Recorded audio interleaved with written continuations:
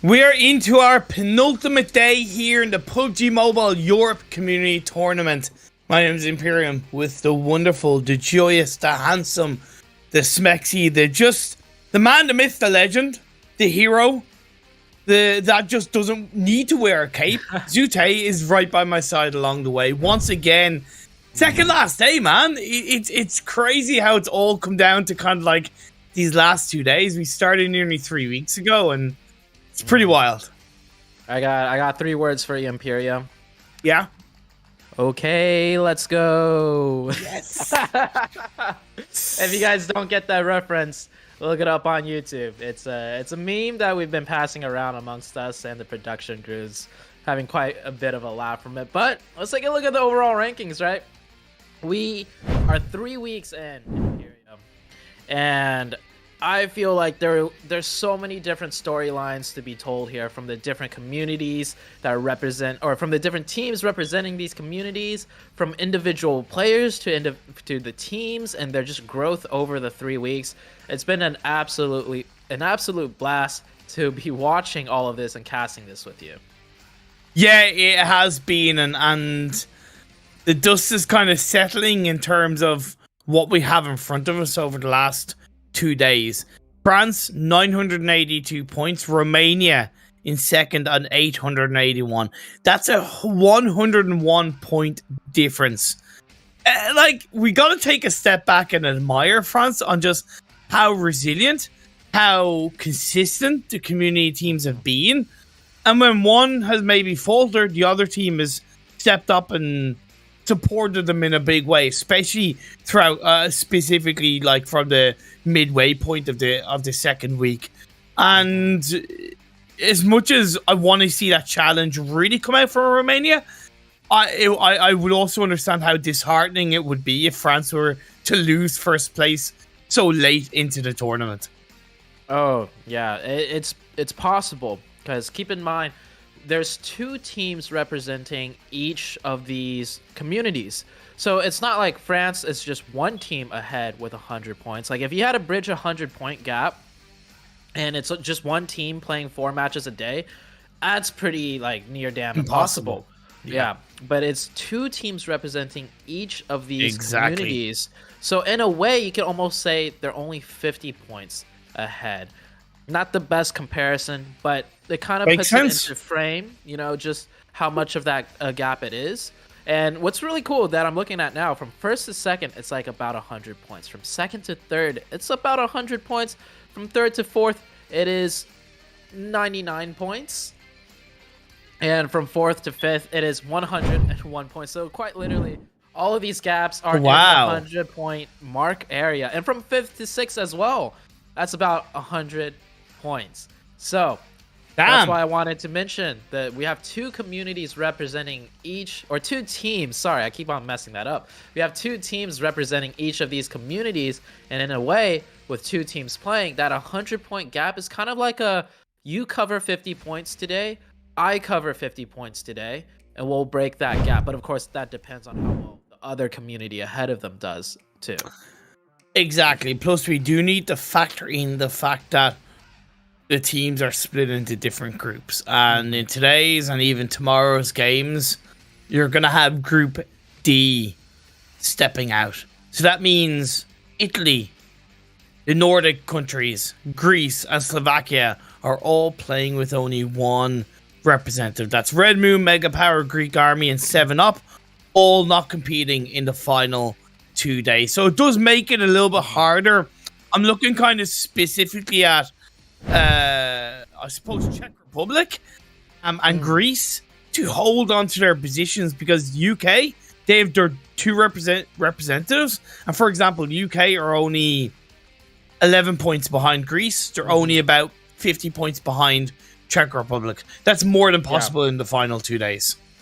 Yeah, so there's going to be a good chance that from 1st to 6th, there could be a chance we might see some movement there, right? I mentioned the 100-point, gap. That could be doable, but the big amount of movement is 7th place down to 9th and even 10th place. The point spread there was much closer, as you guys saw earlier. And just so everyone is aware, all of these teams, like the communities, certain groups will be sitting out on certain days, just like Imperium mentioned. And overall, though, all of the teams will be playing the same amount of days, the same amount of games. So everything will just be balanced out towards the end. But of course, it depends on how well they've done throughout the course of this tournament. That determines the prize pool for them. The communities will share the prize pool, by the way. That's another cool aspect of this tournament. First place for the community is going to be shared by the two teams representing that community. Exactly, and to continue to reiterate, as we're about to get into game one, the path is upon us. This is all about just the communities coming together, support their respective teams, and help continue to build up the community. Well, this is it. Erangel is upon us. The playing path is up towards the north. Let's see where these teams go.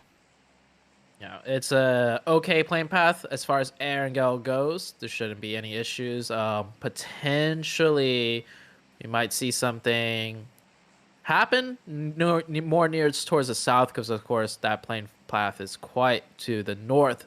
But what I'm excited to see today is to watch the teams that sat out yesterday play. Big, before they sat out yesterday, had a huge performance. Chasmok Gaming, representing France, a big performance. They showed that they could be potentially an even bigger contender than Game Lord as far as how hard they popped off 2 days ago. And then, of course, we have the 4 Romanian men playing today, too, that did not play yesterday. So these 3 teams are heavy hitting teams.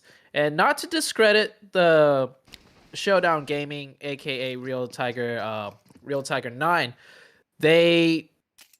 I think Real Tiger 9 still has a bit to go. They're another team that did not get to play yesterday. So we'll see how they do coming into today's matches. But the 3 other teams, Chasmok, Big, and 4 Romanian men, those are the heavy hitters that we will see today. Yeah, I was just thinking as the teams are starting to drop down, wondering what Lemniscate were going to do. Because Real Tiger 9 weren't competing in yesterday's games, Lemniscate was dropping in Pachinki. Here's the answer. Shesh is on his own. 4 Romanian men who go for that Gaka split drop. Sarah is near him. I think Shesh knows it. I don't know if Sarah knows that Shesh is there, though. Either way, he's not going to want to take any chances. The thing that obviously hurts is, and we talked about it yesterday, when one player is slow on looting, that can hurt the rest of the team. He has been spot out and he takes a bit of damage. Yeah, so he's been hiding behind that tree because he knows that they know that he's there. And unfortunately for them, he does get taken out. Yeah, he was waiting for a vehicle pickup the whole time, but it took a while for Lemniscate to find that new vehicle. So with that northern plane path, definitely impacting the Lemniscate team, because Real Tiger 9 is claiming Pachinki this time around. Lemniscate took that position yesterday when Real Tiger 9 was not playing, so they are kind of punished for it this time around with the plane path. I also, honestly want to low-key criticize Lemniscate. Because you're on the second last day. If you don't have alternative drop spots in place this late into the tournament, where are you going, right? What are you doing? You know, how in your control has your good results been, right? I just don't consider it an excuse. I like the adaptability when they were dropping him Pachinki yesterday. Hey, cool. It allowed Bravas to have a bit of a cleaner split on their drop. But it's not like Lemniscate would have been going, okay, well, Bravas won't go for that clean drop. Oh, Real Tiger 9 won't go for Pachinki. They should have had a second or even a third core alternative drop spot in place in this kind of game. So, you know, it's a little bit disappointing in my eyes, unfortunately. Yeah, they should not be having any issues. We saw one player go down and another player kind of just caught hiding right now because he doesn't want to make another sound. I will say though, sometimes the RNG of the vehicle spawns, it's from my 3 years of competitive gameplay, there have been times where we have planned out certain drop splits, stretching for those vehicle spawns. And then there were certain times where all of the options for the vehicle spawns just simply did not spawn in that game around. So it does happen, but it is extremely, extremely rare. But it's a fair point you make. However, out of how many situations has it been where 2 to 3 teams are dropping around you? That's right. True. We were always aware of the danger. Yeah. Exactly. If you're split dropping and you're split dropping for vehicles in an area where no other teams around you, that rare occurs that the vehicle isn't there. It's not as much of a negative impact. But when you have 2 to 3 teams dropping around you, you can rely even less on that vehicle spawn, because even then you're not guaranteed to get the vehicle if other players around you are looking for it as well. So as much as I get your point, again, when we want to see these teams improve, when we want to see these teams get better throughout the 2022 year, we need to be harsh with these smaller things, because it leads into the bigger moments. It leads into the bigger success that we want to see. That 100% right there. Yeah, when we missed our vehicle spawns, we didn't lose our players. That's you're absolutely right. It just took longer to get to our looting locations, but we always made sure there wasn't a risk of, losing players off drop. So heading into the rest of this match, we see that first circle more towards the eastern side. Nothing too special. Maybe we'll get some nice shifts that, change things up as we take a quick look at the La Familia team. They've been really slow the past couple of days. Yesterday was a little bit better than the previous days, but with only 2 days left, I want to see them back in form, right? This is a top 4 community. And I believe just last week was the week where they really kind of displayed what they could do, but this week so far it was just not terrible, but definitely they know they could play better. Looking in the elimination feed, we see Respect under spot of bother at the hands of Chazmak. Although it's not looking the best for Chazmak, as Azer is down to his knees and focuses on a limited amount of health. This is around the shelter train. The support is there. Lovely nade by Shadowen.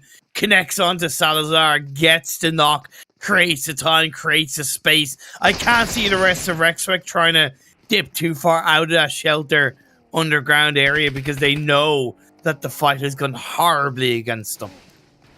Yeah, I think Rex is just gonna be forced into one of those situations where they just hide in the shelter area and try to listen for when Chasma Gaming leaves.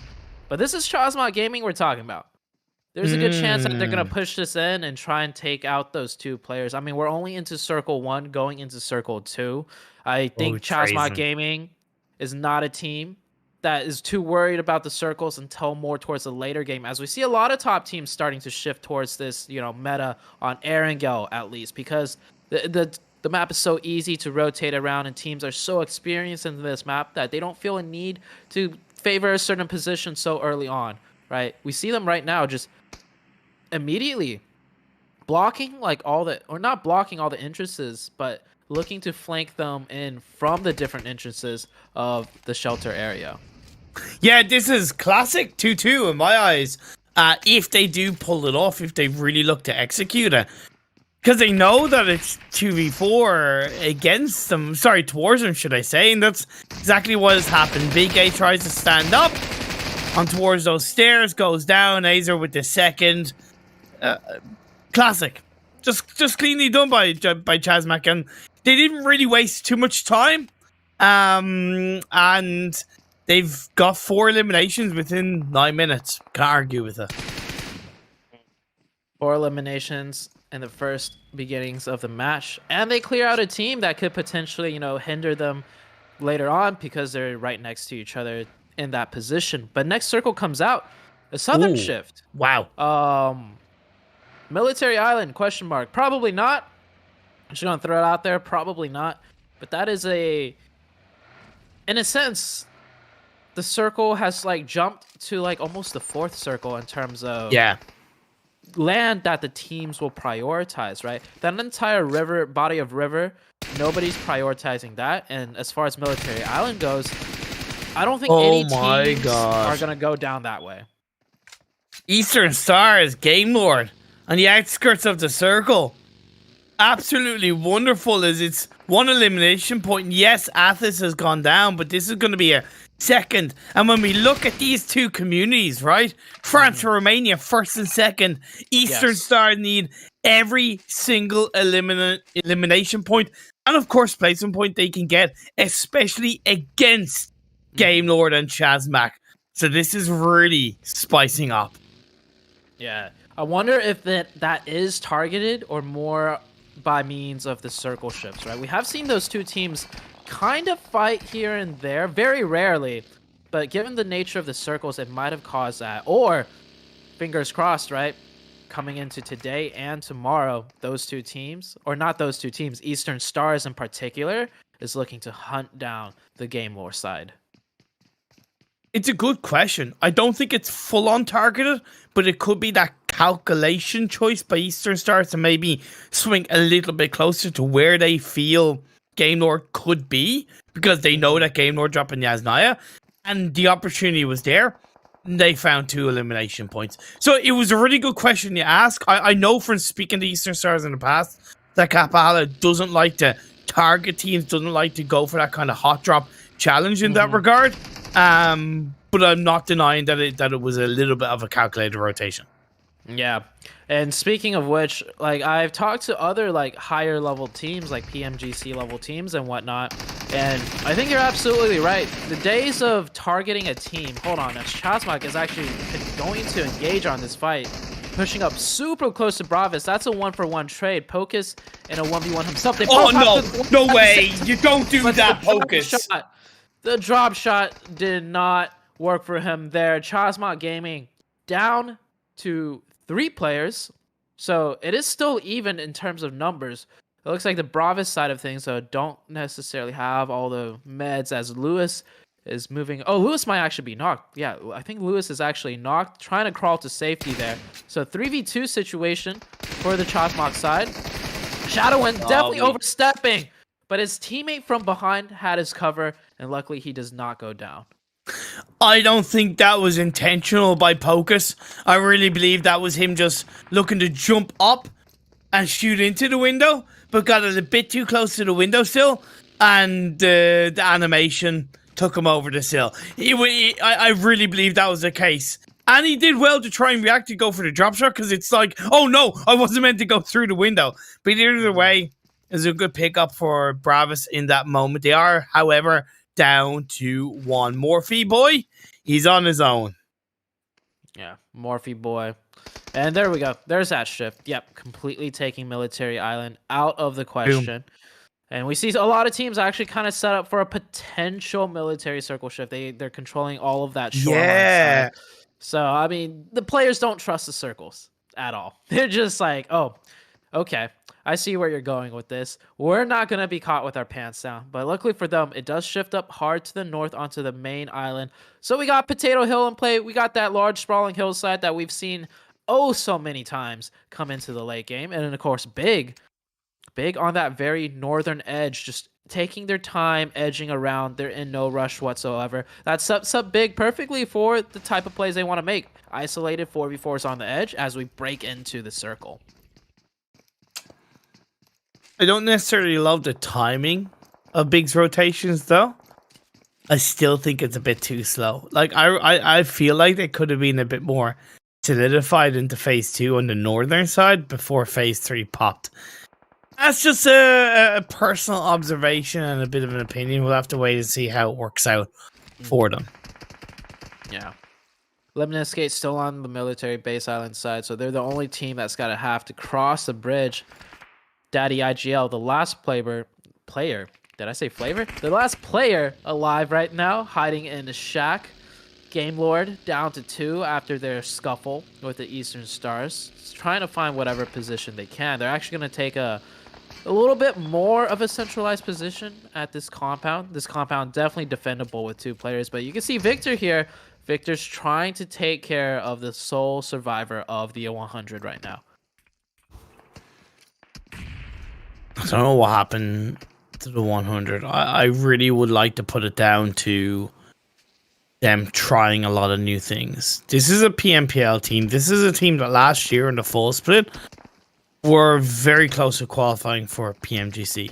In the spring split, very, very close to qualifying for the EMEA regionals.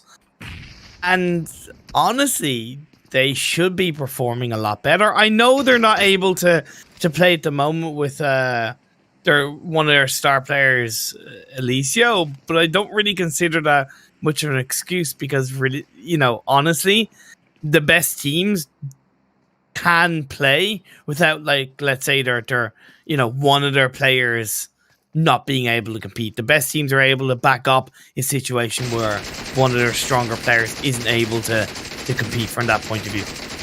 I agree. 4 Romanian men right here, taking a nice central position at that compound. Just try and pick up some knocks, potentially some points, as Golden actually catches that last player, or one of the players from Game More. So Game More down to 1. Definitely committing a lot of resources to try and take out 100 Daddy IGL, or Daddy IGL from the 100, but not able to. He utilizes his smokes very well to make sure he covers those windows, because we saw how many grenades they try to throw. Next circle comes out. It is up on that northwestern side onto Potato Hill. 4 Romanian men. Oh, no. They're about to do a classic breach into that position. And Real Tiger 9 is actually going to readjust their position and take more of the left side control. I respect that. I like it. Yes. Yeah. I don't think they can hold the tippy top center against multiple teams pressing in from them from all sides. So it's a nice adjustment that they just made. Honestly, unless they push a little bit further up the hill, I don't like where 4 Romanian men initially breached up the hillside, because you're at a massive risk against third party. I think they were aware of that, which is why they have crept a little bit closer. But Eastern Stars, Doran, what are you doing? Okay. That's happened. I don't know what he's doing, but he's on his own for the time being. Bazzy able to swing in. On a side note, I just noticed that Eastern Stars are not playing without the Warlord Kapahala in this game 1. Yeah, so what Doran just did when he pulled up, when he fired his gun, is to just kind of create more of a presence, right? If he were to pull up and not shoot, the 4 Romanian men's side would feel more comfortable and like, okay, we could peek over, maybe throw some grenades, take some shots. But Eastern Stars, I don't know what they're doing right now, because Doran has a position.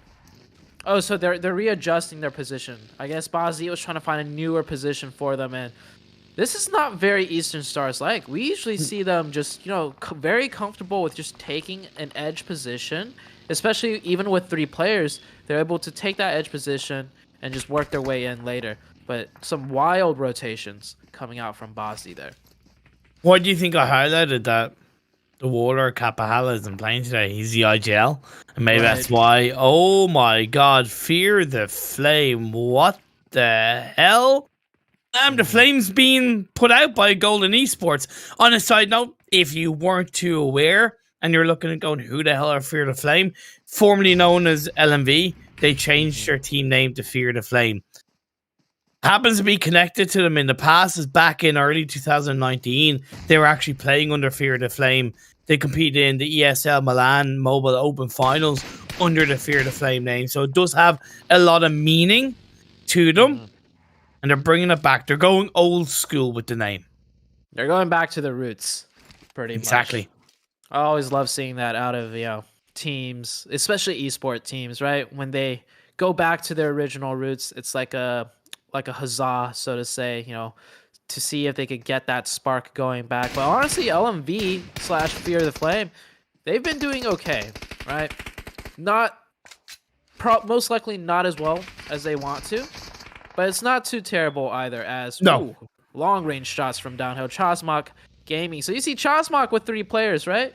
They're controlling that edge side beautifully well. So I was expecting Eastern Stars to keep 3 of their players up, but you mentioned their IGLs not playing today, and IGLs have different impacts on different teams. Some teams, all 4 players very familiar with all possible rotations and positioning, so an IGL is not heavily leaded.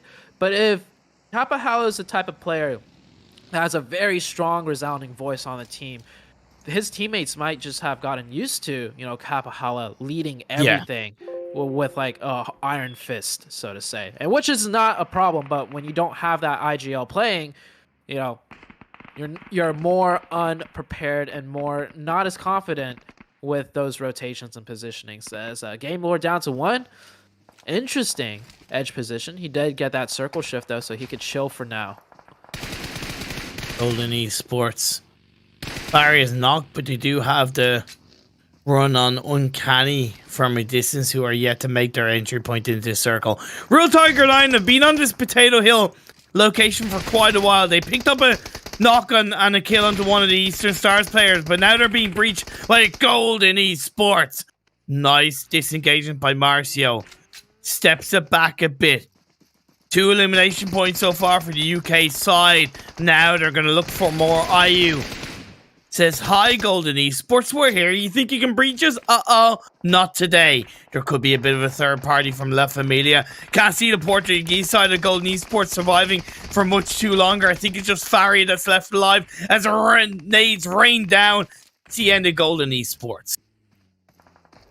Real Tiger 9's adjustments just 2 circles ago, paying them heavily in favor. That adjustment is leading them to that position where they're able to comfortably gatekeep these teams and not be too worried about multiple teams pressing in on them.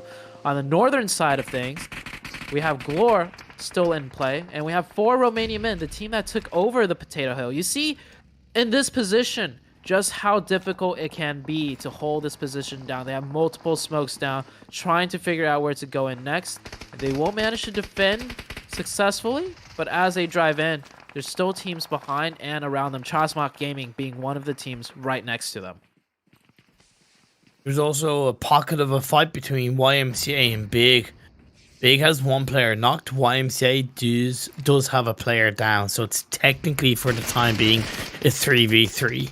Eastern Stars, they may be down to a duo, but don't discredit what that duo can do. Doran, the newest member of Eastern Stars, has genuinely impressed me on how well he's been able to fit in. Octavian, the old guard, the old faithful, might be able to do something, but as the Blue Zone ravishes Doran, that's going to be the end of Eastern Stars. Real Tiger 9, I believe that's the case, picking up the rest of Eastern Stars. We get another circle shift towards the north, so teams that we were looking at earlier, 4 Romanian men, Real Tiger 9. Golden, if they're still left in this lobby, they all got to push up north. Okay, so Golden was taken out. So here, Chasmok Gaming, which is soon about to be eliminated. Yep, 4 Romanian men right there. I mean, they took a break yesterday. They're still looking hot today. They just extinguished the likes of Chasmok Gaming, a really strong team as well. And 4 Romanian men, they'll control that high ground with 4 players alive. Lower. Full squad. Edge of circle. They send 2 players in, keep 2 in the back line. That's great on this hillside. It's a very tricky hill to play around for the end circle, because there's very little hard cover, and if you're hanging on the side, you can get punished by both the high ground and the low ground. 4 Romanian men trying to protect against Real Tiger 9. Unfortunately, a knock in the hands of Rana. gonna hurt them favorably. They do still have the 3 players up for their side. Big, on the other hand, they've been rather quiet in this game so far. We haven't really seen the sparkle from the German side in comparison to what we normally see, but maybe that's a good thing. You highlighted how their weak spots is getting into the final moments of the game where it's different in this first game of the day. A bit of patience is going a long way for them. Yeah, and with so much action happening on the screen, there's a good chance Big might actually have quite a few eliminations where we just haven't seen it yet. As for Romanian men taking that advanced positioning, getting in front of the Real Tiger 9, but using a nice spread and smokes. It comes down to a 1v1. If Redox wins it, oh, Real Tiger 9. Okay. Oh. All right. So I was comparing the group that didn't play yesterday. I mentioned the 3 big teams, and then I mentioned Real Tiger 9 also didn't play, but not as big as a team. Well, they just eliminated the 4 Romanian men, and they're gonna get that full reset. That was a very close fight, back and forth. Yes and no. It technically was close, but it also wasn't as close as it looked. Redox Spot was left on his own. It was 1v4, and he took down 3 of the Real Tiger 9 players. Shouldn't have really been put down to that point. Either way, the 1v1 went in the favor of Real Tiger 9. Victor still holding on as the last player of Game Lord. Uncanny under a lot of pressure. Victor stands up, he gets spotted out. That's going to be one of the Uncanny players finishing him off. Big! Looking to go big in part of the game. That's a lovely nade by Mazzaro. Beautiful grenade right there. He takes out one, knocks another. And yeah, Big is just raining havoc onto the Glor side. And Big's played this zone before. We saw just maybe last week a circle end exactly here. The hillside that wraps around the edge left to right. Teams are very comfortable with this type of zone now. But Real Tiger 9, man. That adjustment that was made 4 circles ago, Imperium, that we both pointed out, that we both loved, they have a firm understanding of that adjustment and just how it could play into the rest of the map. And they're even having one off-angle player to cut in from the north and the east side. Yeah, very perfect. That player, though, has to make sure he plays his role correctly. That position is a very special position, which requires, special set of skills for an individual player to make it super effective. So hopefully Septives knows how to play those off angles, and he relies more on the rest of his team to find the info and get the openings, and not for him to start everything and drawing the attention to himself. Let's see if he can channel his inner Liam Neeson and hold on to a particular set of skills to allow the rest of his team to take this chicken dinner away from his opponents. Aspire tries to push in and is going to go down. Beast gets knocked out by Septus. That's wonderful work by me. It's going to respond extremely quickly. You bit off more than you could chew, Septus. And with another one of his players knocked down, PMECT is going for the revive. At the end of the day, that's just allowing Big to reset, get their own revive, stay back up as a 3-person team. That was exactly the play I was not looking for a player playing in Septive's positioning and role. I said he needs to support his teammates at the top. He does not need to be the playmaker in that position. He's the anchor off angle to slow down a team if his teammates at the north side need the help to breach in. I mean, you get a knock like that, far wrapping, and then what? Most likely that team will trade you back. Exactly. We're not talking about PMCO level teams. This is big. This is like experienced teams. They will punish you for that, and they get the revive anyways, and you are not the hero of the story. We are being quite critical right now, but that was the one exact thing that I was hoping not to see, and that is exactly how they played it out. But you learn from the mistakes. Hopefully, Septives will look back on that play and learn something from it. But let's get back to this game. Big, doing big things right now. 12 eliminations, 3 up, a 3v2v1, and with Big getting a knock onto the Uncanny member, it's a 3v1v1. PMECT, he's got that MG3 though, and with players snaking around in the grass, he could definitely cut them all down. He knows where Mazzaro is. He's trying to get more information. I like this play. He's waiting for maybe the Uncanny to knock one before he reveals his position, but Uncanny actually just forced back into the heal zone. You do what you can. PMECT 1v3. He's got to make his moves. Probably not going to be the case, and that's going to be a chicken dinner coming out for a big hell of a lot of eliminations, covering the low ground. Job done with the chicken dinner. If you guys recall on stream, in a very similar zone, probably exactly where it ended, we talked about how on that sprawling hillside, the low ground is shaped in a way where they actually get the advantage. The team that won last time also came from the low ground. If I remember correctly, it was a team from the doghouses, right? That worked their way up to the high ground. But with that type of elevation, you want to stay on the lower side of things. And Big worked their side. Actually, that was the same match where I criticized Big for not taking the doghouse position. And the team that took it ended up winning the match. This time around, wasn't the same exact circle, but they utilized that low ground beautifully well. And Big came out on top. I think that's maybe the third or fourth chicken dinner now for Big, and that's a huge improvement in terms of their late game and their ability to close out games. Yeah, and for me, what was a bit of a fear in how they were maybe a little bit slow to react to kind of phase 2, phase 3, right? I think they were a lot better come the next shift of phase 4, where they set themselves up in a position a lot quicker and allowed them to really play around their information and the teams coming towards them. A bit of a positive was that a lot of teams in phase 2, I think it was phase 2, yeah, committed to the very south side of the mainland, right? Yeah. So that did technically make it a good bit easier for Big in the later stage of the game to control the area, because a lot of the action came from the southern side. Yeah. But you know what? Does that really matter? Because they didn't know that. They were never to know that. They still put themselves in a great position after the midpoint of the game to clean it up, and they didn't overstep their mark. It was a clean finish. Well, I think what it really comes down to is their comms, right? If they said something along the lines of, you guys remember the circle, right? When it shifted onto this potato hillside.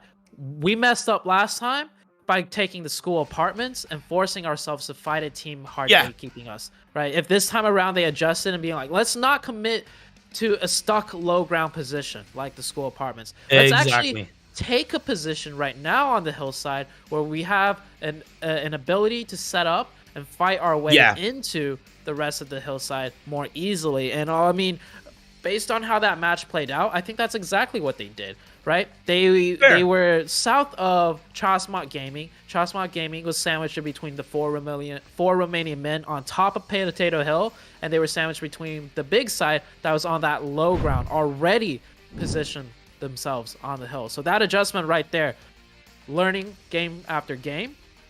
Maybe they watched that VOD back and, you know, they heard our criticisms as well. Maybe I'm stretching that a little bit too far.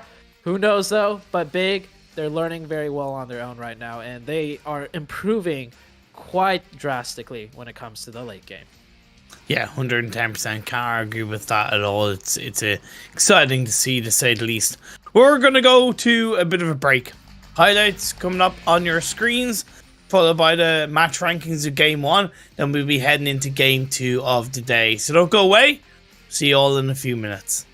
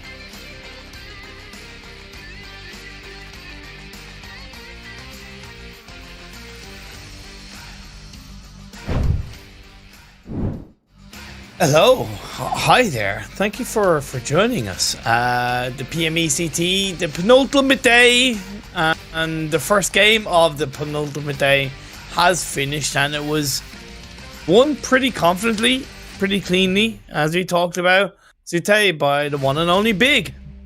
Yeah, Big stuck to their classic game of controlling the edge side and working their way in, but with adjustments made over the course of the 3 weeks, right? We've seen them do that from the beginning, and they realized they had a huge mistake and learning curve to do when it came to the late game. Now, we're seeing them do the same strategy, but adapted it in a style where it can work out into the late game. So really well done by Big. Real Tiger 9, by the way, towards that late game, we were a bit critical, but I would want to say they played the beginning stages all the way up till the end very well. This is Real Tiger 9 we're talking about. A team that's been, struggling here and there. They haven't had too great of a game. Their counterpart, V100, is the team from their community that's been really popping off, but it's really good to see Real Tiger 9 make some, very cognitive adjustments and having it play out in their favor. Of course, they still need to clean up their late game just a little bit, but it's progress. Yeah, 110%. Absolute progress. Let's have a look at the match rankings of that first game so we can really go through the numbers. 11 eliminations for Real Tiger 9 does speak for itself, and it complements what you just highlighted about them. Uncanny, I definitely see there was a bit of a missed opportunity for them with only one elimination point. I feel like even though they were kind of on that side of the hill where it's risky, I really believe they could have done a bit more towards the late stages of the game to pick up a few more elimination points and put the likes of Real Tiger or even Big under a little bit more pressure. Yeah, so Uncanny, we've seen this before out of Uncanny. When they do really well, it's usually in the form of lower eliminations and higher placements. So it's kind of like they're rotating and positioning themselves in the right way to get those higher placements. But their teamwork and synergy and confidence and knowing how to control more of the circle and dominate and fight their way in still needs work. But one thing at a time, right? Figure out how do we get our rotations in to get us into the late game. And then once we get there, we'll figure out what mistakes we're making with our players in terms of engagements and synergy. But Chasmot Gaming in 4th place overall, I want you to take a good look at that. They've come in 4th place overall with only 1 placement point. That means they went out considerably earlier than many of the other teams. But because they're a team that's very experienced and is not scared to take fights, and they know how to, they can still end up 4th overall with like barely any placement points. Yeah, it's pretty impressive.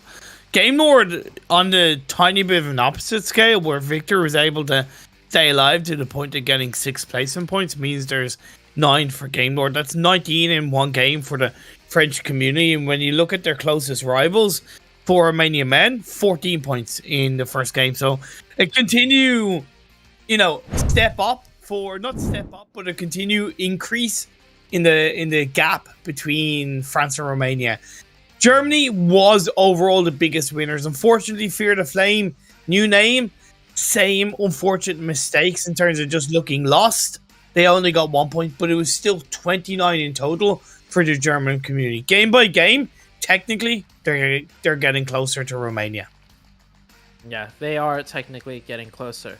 So we have 3 more matches today, and we have 1 day left. Oh, yes. Every game is going to be very pivotal at this point. I mean, leading up to this stage, every day, every game matters.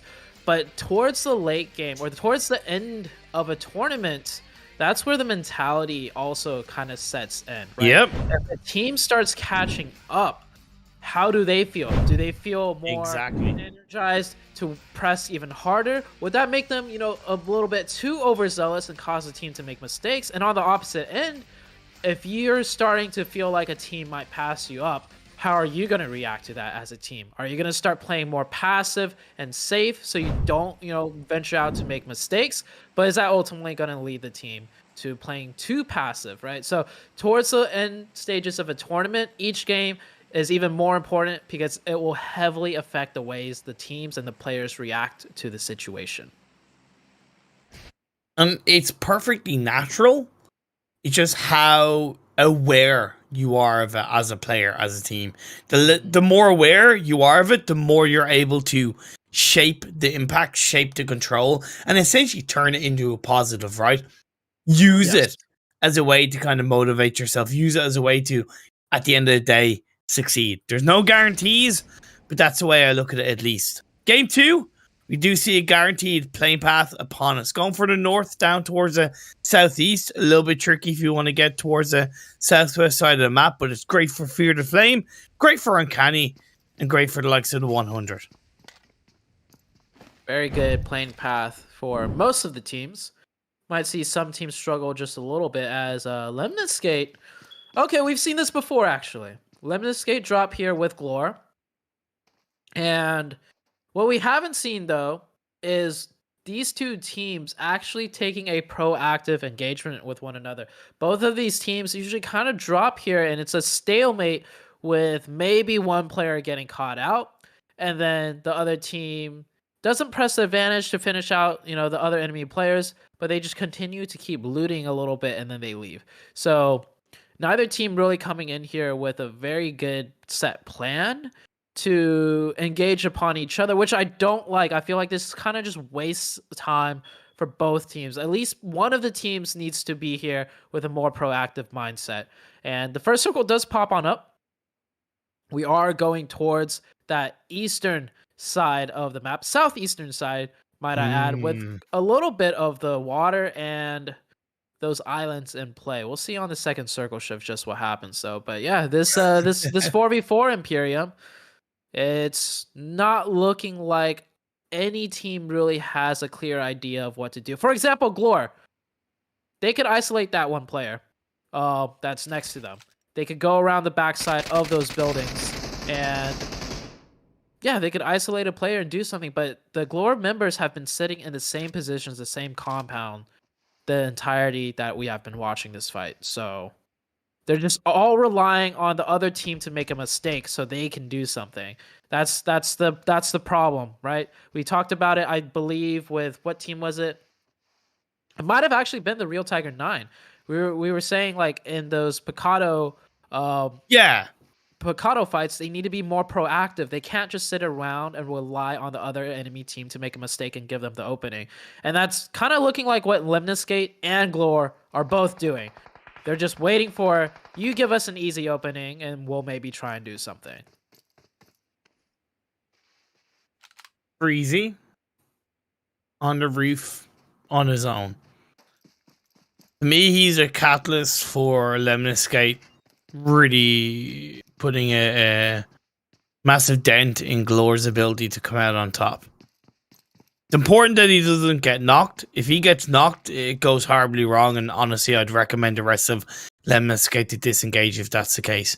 But if he can be the right distraction point, the right bait play, where the rest of the team are able to kind of swoop in on a bit more of a side angle or even a bit more of a direct engagement, then that'll be a cleanly executed engagement for Freezy. But looks like he's overall disengaging away. I don't disagree with that. He has zero vest, zero helmet. He recognizes that he's as light as a feather in terms of protection. He's better off not challenging for the fight, and the teammate picks him up. I say that's sensible play for Lemniscate. This is quite tough for them. Their backs overall in today and even tomorrow's games are against the wall because they're the sole Greek representatives. So they need to get as many points as they can to try as much as possible to hold off the likes of UK and Spain. Yeah, my question is, why drop there in the first place then, right? If you're going to just end up disengaging. Ooh, okay. Yeah, like, why drop there in the first place?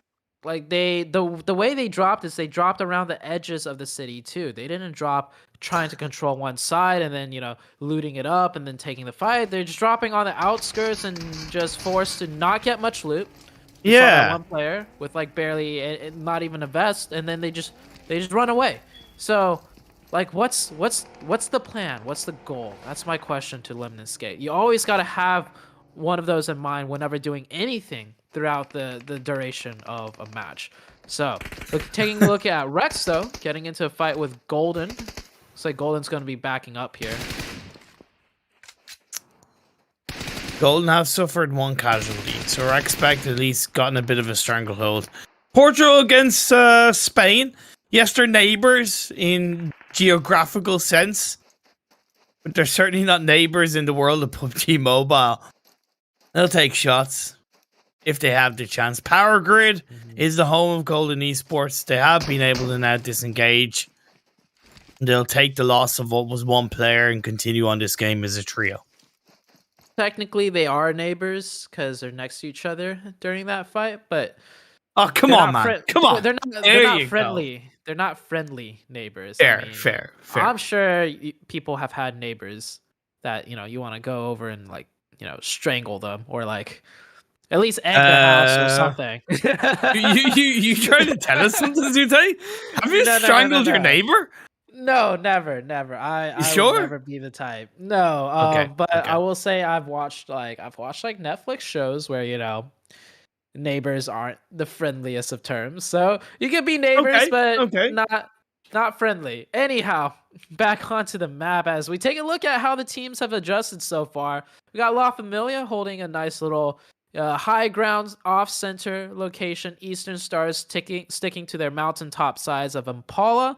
Very good position as well. The 100. That's a cool little split. I don't know if they're just still looting or if they set up that split to specifically catch off rotations. So that one's interesting to see. Chasmot Gaming still in the blue. Far Eastern Circle, I get it. No real priority to get anywhere center. Let's just see where the shift goes before we decide to do what we want to do. Yeah. It's worked for Chasmac in other games. They'll know what they are dealing with when it comes to entering the edge of the circle in phase 2.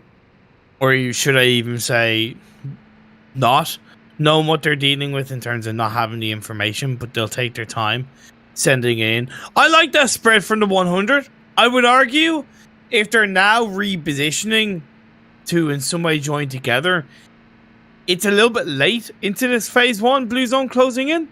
Maybe that's me being harsh, but I'm more looking at a more competitive situation where you might have 4 to 5 to 6 other teams around them where that will look to maybe rotate a bit quicker towards the edge of this phase 1, especially on the northern side. They could get caught out. In this game, for now, it seems to be working out. Poor Romanian man, Doobie driving that vehicle into the danger zone. Ah, nice. He will be escaping that one though, finding cover. La Familia, see, like this. I like this type of splits in Circle 1 of Myanmar. Exactly. These are rotational catching off. I don't know a good term for it, but they plan this split in a way where they could funnel players in between two different positions, where they could take shots from both their flank and where they're driving towards, and you can see right here working out perfectly. They kind of drive the traffic or push the traffic towards a certain way by one player starting the initial fire, and then that player or that enemy driver ends up driving into their teammate, which receives more fire, and then they can pick up some eliminations that way. So I like that right there by the La Familia team. We don't see it too often in Myanmar actually, but La Familia taking advantage of this circle and their initial drop spot, setting a nice little beautiful split there. Rotational trap, I think, is probably the best term to use for that. Okay. You're dead right. Yeah, rotational trap. And it seemed to be the same for the 100 against LMV. So you asked the question if it was like a little bit of an intentional split. I would say yeah, and it's worked out. Phase 2. I don't want to say it's also working out, but I do have to point out the two islands. They're still in the circle. Yeah. They're confidently still in the circle. Oh, stay calm, Imperium. Stay calm. Slow down. It's only phase 2. But I'm not going to lie. I'm getting a little bit excited, man. I'm getting a little bit damn excited. I would love to see, just because just because they were there for it, right? It'd be so funny to see one of the players of the Eastern Stars just rotate now over to that island. just because they were there, they were playing in the tournament where it just so happened, right? So maybe they'll send one over. Most likely not, but it'd be funny if they do. Big. But here's the thing. Coming in. Here's the thing, Yeah. man. Like, you wouldn't really have anything to lose, because if it doesn't work out, fair enough. One, you've only lost one player, and two, you tried something. Two, if it does work out, it's like the biggest 9,000 IQ brain play ever, right? So in my eyes, yeah, do that. You're dead right. Or Romanian men engaging on YMCA. YMCA definitely struggling here in this fight. 3 of their players go down. It's just all down left to Deso, but he's getting chased down by that player of Redox, and he realizes he can't outrun the buggy. So he's going to stop and try and take some shots back to push him away. But in reality, for Romanian men, it's just slowing down this guy's rotation so they could come in and clean up the entirety of YMCA. Unless Deso hits a nice nade, which might buy him a bit more time. Doesn't quite connect. Sarah was knocked. I don't know exactly how he was knocked, but Deso looking for at least one elimination point before his inevitable doom. Cooks up a second nade. That one's a lot better. Fortunately, goes a little bit too far. Nades in this kind of area are always quite tricky because the way you send over is really inconsistent, and how variable. You just don't really have the same kind of information. So I don't mind, and I understand why Deso didn't really connect any of the nades. Also, with that area of the map, you're not as familiar as just how deep does that dip right across from me drops, right? He can kind of run up over the top to take a peek, but you see in the distance there's higher hillsides where he would get shot at by the 4 remaining players. So he can't even venture over to get that clear information. So damn, that's okay. Well, you tried. You tried Ethereum. I mean, this one's still a really fun circle. A lot of flat, open terrains, and you got that, that huge chasm dip just straight down the middle on that roadside that could come into play. And you got some nice compounds. Real Tiger 9's at one of the very good compounds left in this zone. Rex getting into a fight with none other than Big. Big once again, continually engaging. By the way, Big was down to 3 when I saw the Rex team nearby. So Big is actually taking a 3v4 because they want to. And it seems like it's working out for them for now. I love it. It's such a simple thing to say, because they want to. And that is honestly a big component to why some of the best teams in the world or across different regions are the best teams in those regions, because they do what they want. Yes, they'll be aware of other teams around them. They'll do what they want, and they'll do it with confidence. And Big are one of those teams. Bravos, on the other hand, might not be so confident of surviving in this fight.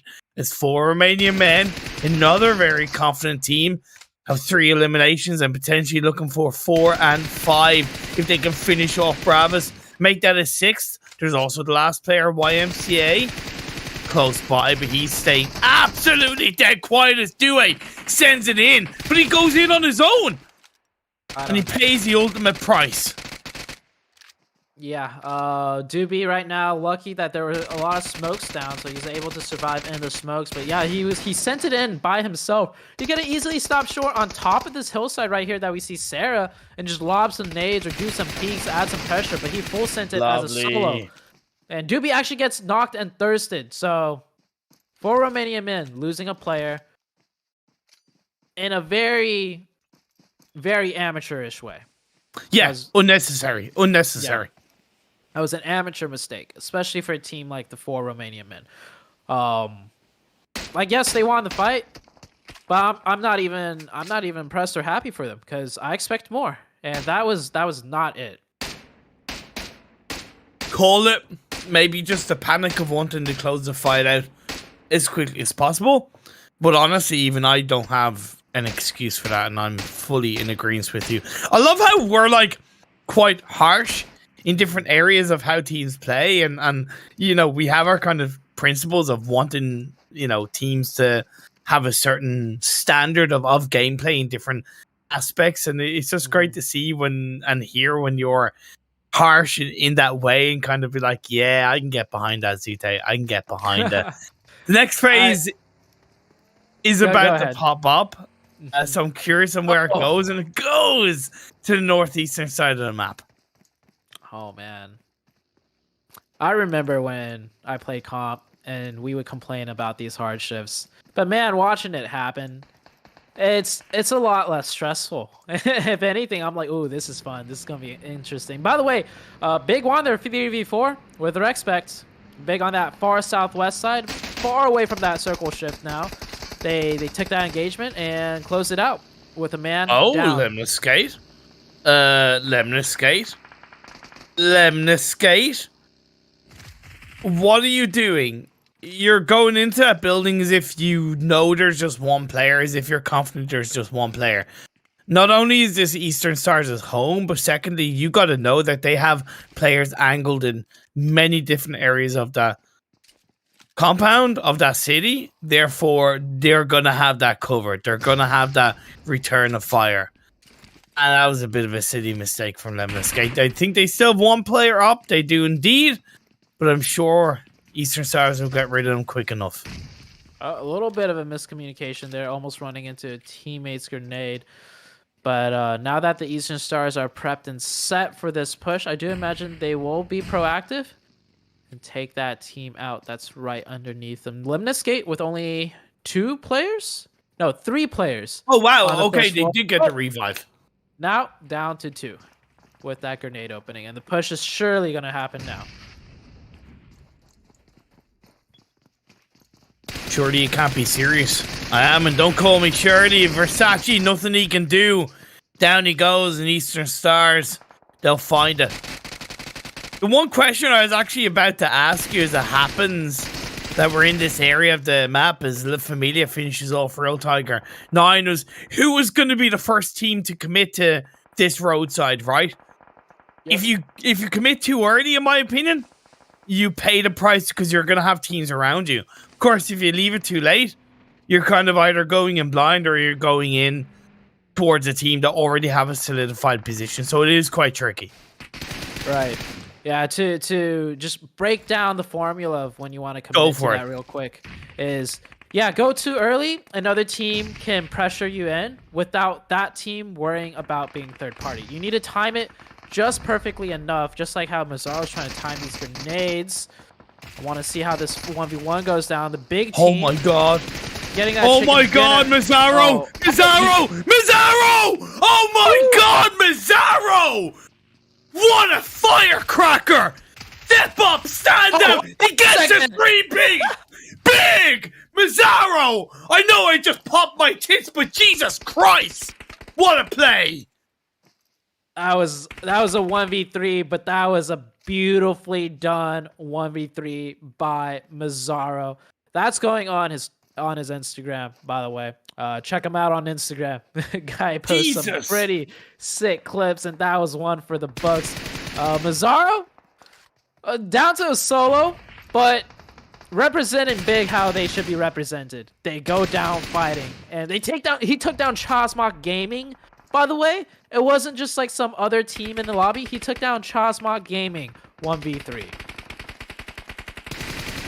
My lord. I don't know if I can recover. He goes down in the end, but what a valiant effort. Romania going up against Romania. And it's going to be won by Eastern Stars with a little bit of third-party help by Glore. Okay, you take those. Don't always require them. But it's definitely a positive. La Familia, the sole Italian representatives, up to 5 elimination points in this Miramar game. They have that stranglehold of a position by the side of the road. Going to be able to use the dips to their advantage. It wasn't quite won by Big, by the way, when they took the fight against Respect earlier on. As Salazar, the last player standing, does eventually go down at the hands of Gaylord.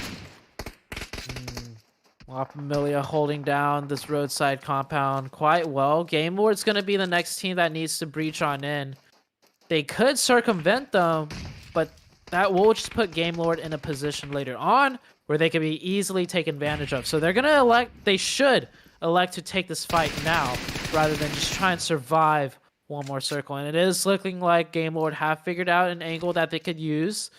Narvello with the grenade. Oh, this one's going to be huge. Oh, I think it bounced off. Oh, that's unlucky right there. It bounced off those. I don't even know what those things are sticking out of the ground, but he's got more grenades. So he's got more chances to throw this one in. That one connects and does some damage. He's looking for at least one knock, though, before the rest of his team can push on in. And he's got a lot of grenades, a lot of util being thrown out. I would argue maybe be a little bit more patient with some of them and really figure out if you're throwing those for connecting and not just throwing them just cuz. Yeah, exactly. I think Game Lord knows what they're doing, but time is ticking on this phase 5, and Narvello can only deal with that blue zone for so long.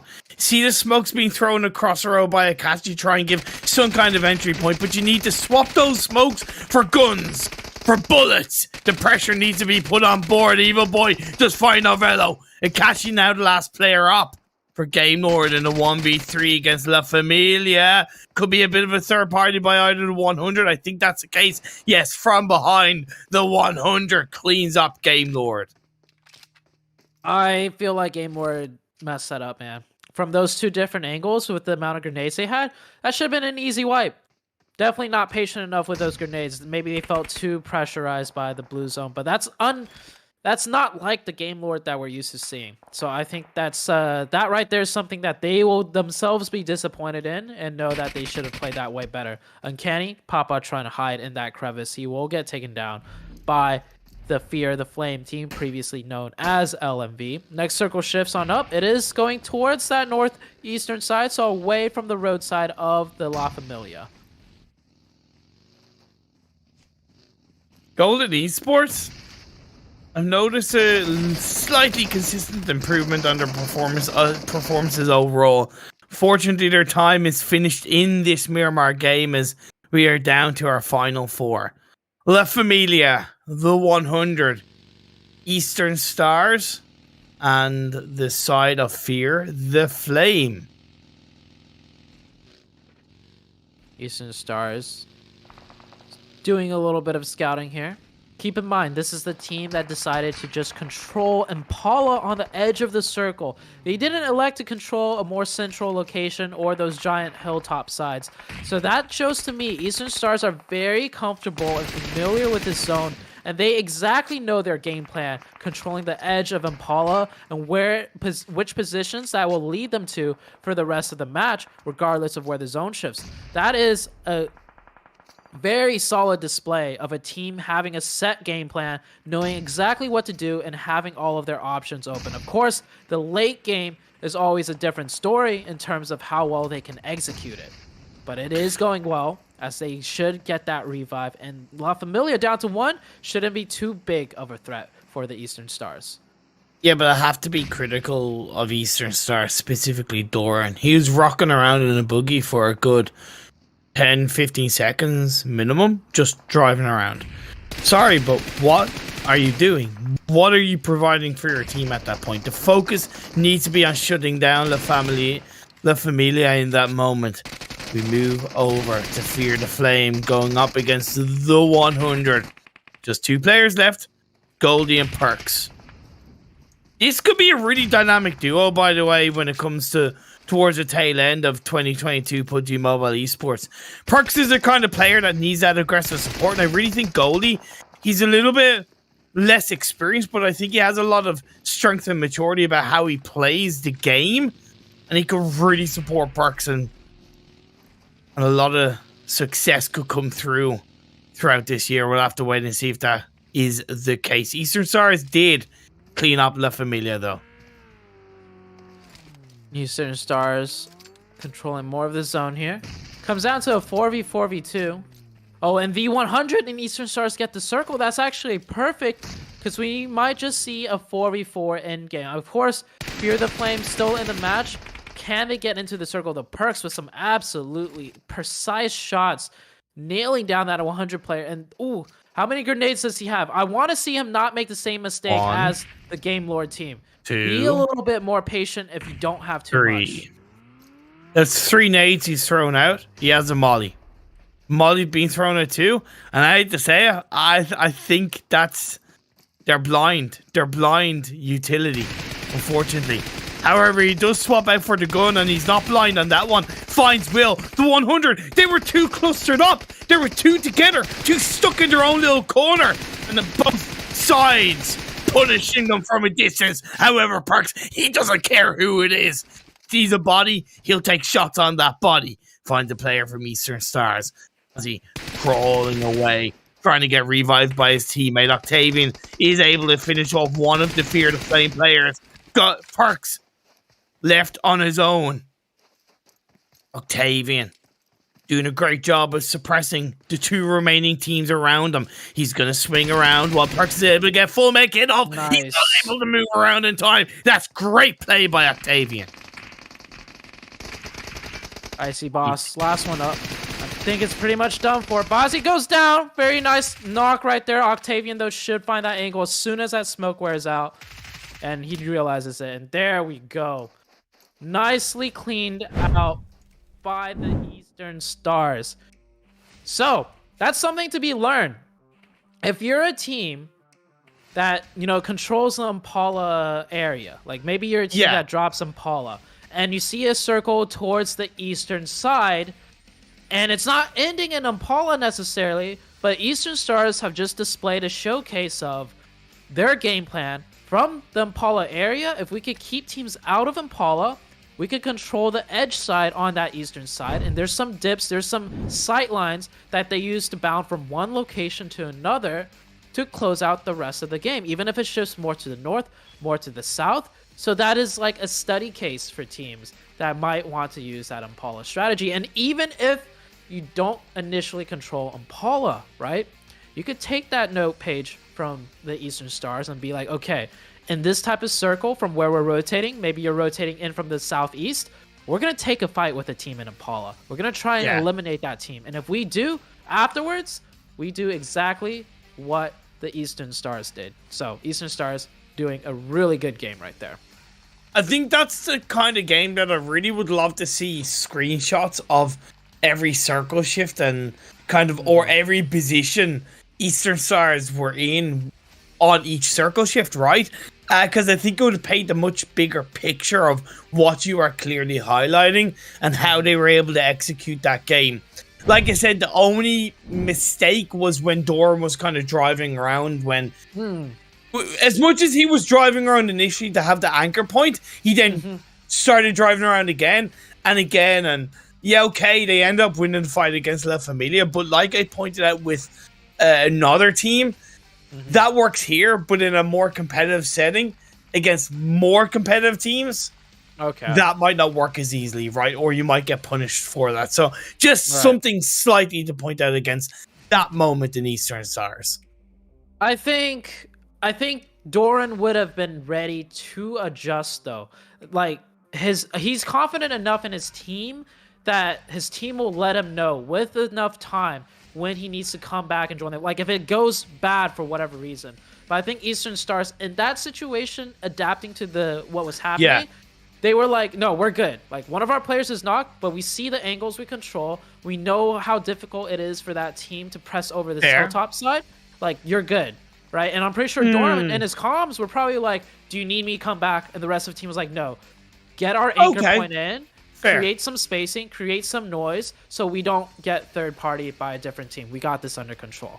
Right? Okay. So it all really comes down to the comms at the end of the day. Like, this is why it's so, as a competitive player myself, and I see a lot of criticism of certain teams, certain players, from casters, from the audience. And the biggest thing I've learned over time is you need to know what the comms are like. Like, if this is what the team is trying to do and trying to practice and it goes wrong, then they're not doing anything wrong because they know what they want to focus on and improve on. So you can't be an outsider saying, like, what is this team doing? They're so bad. And in this case, it's like, what is Doran doing? Why is he driving around in circles? But if the comms were literally, Doran, we got this. Create our spacing for us. We'll let you know if we need you. Then... that's a perfectly executed play. Yeah. Okay. Okay. Yeah. Well said. I was just I can't really argue that because it's a very valid perspective. Let's take it for a break. highlights in front of us, followed by the match rankings of Game 2. Then we'll be going on to Game 3 in Sanhok. Don't go away. See you all in a few.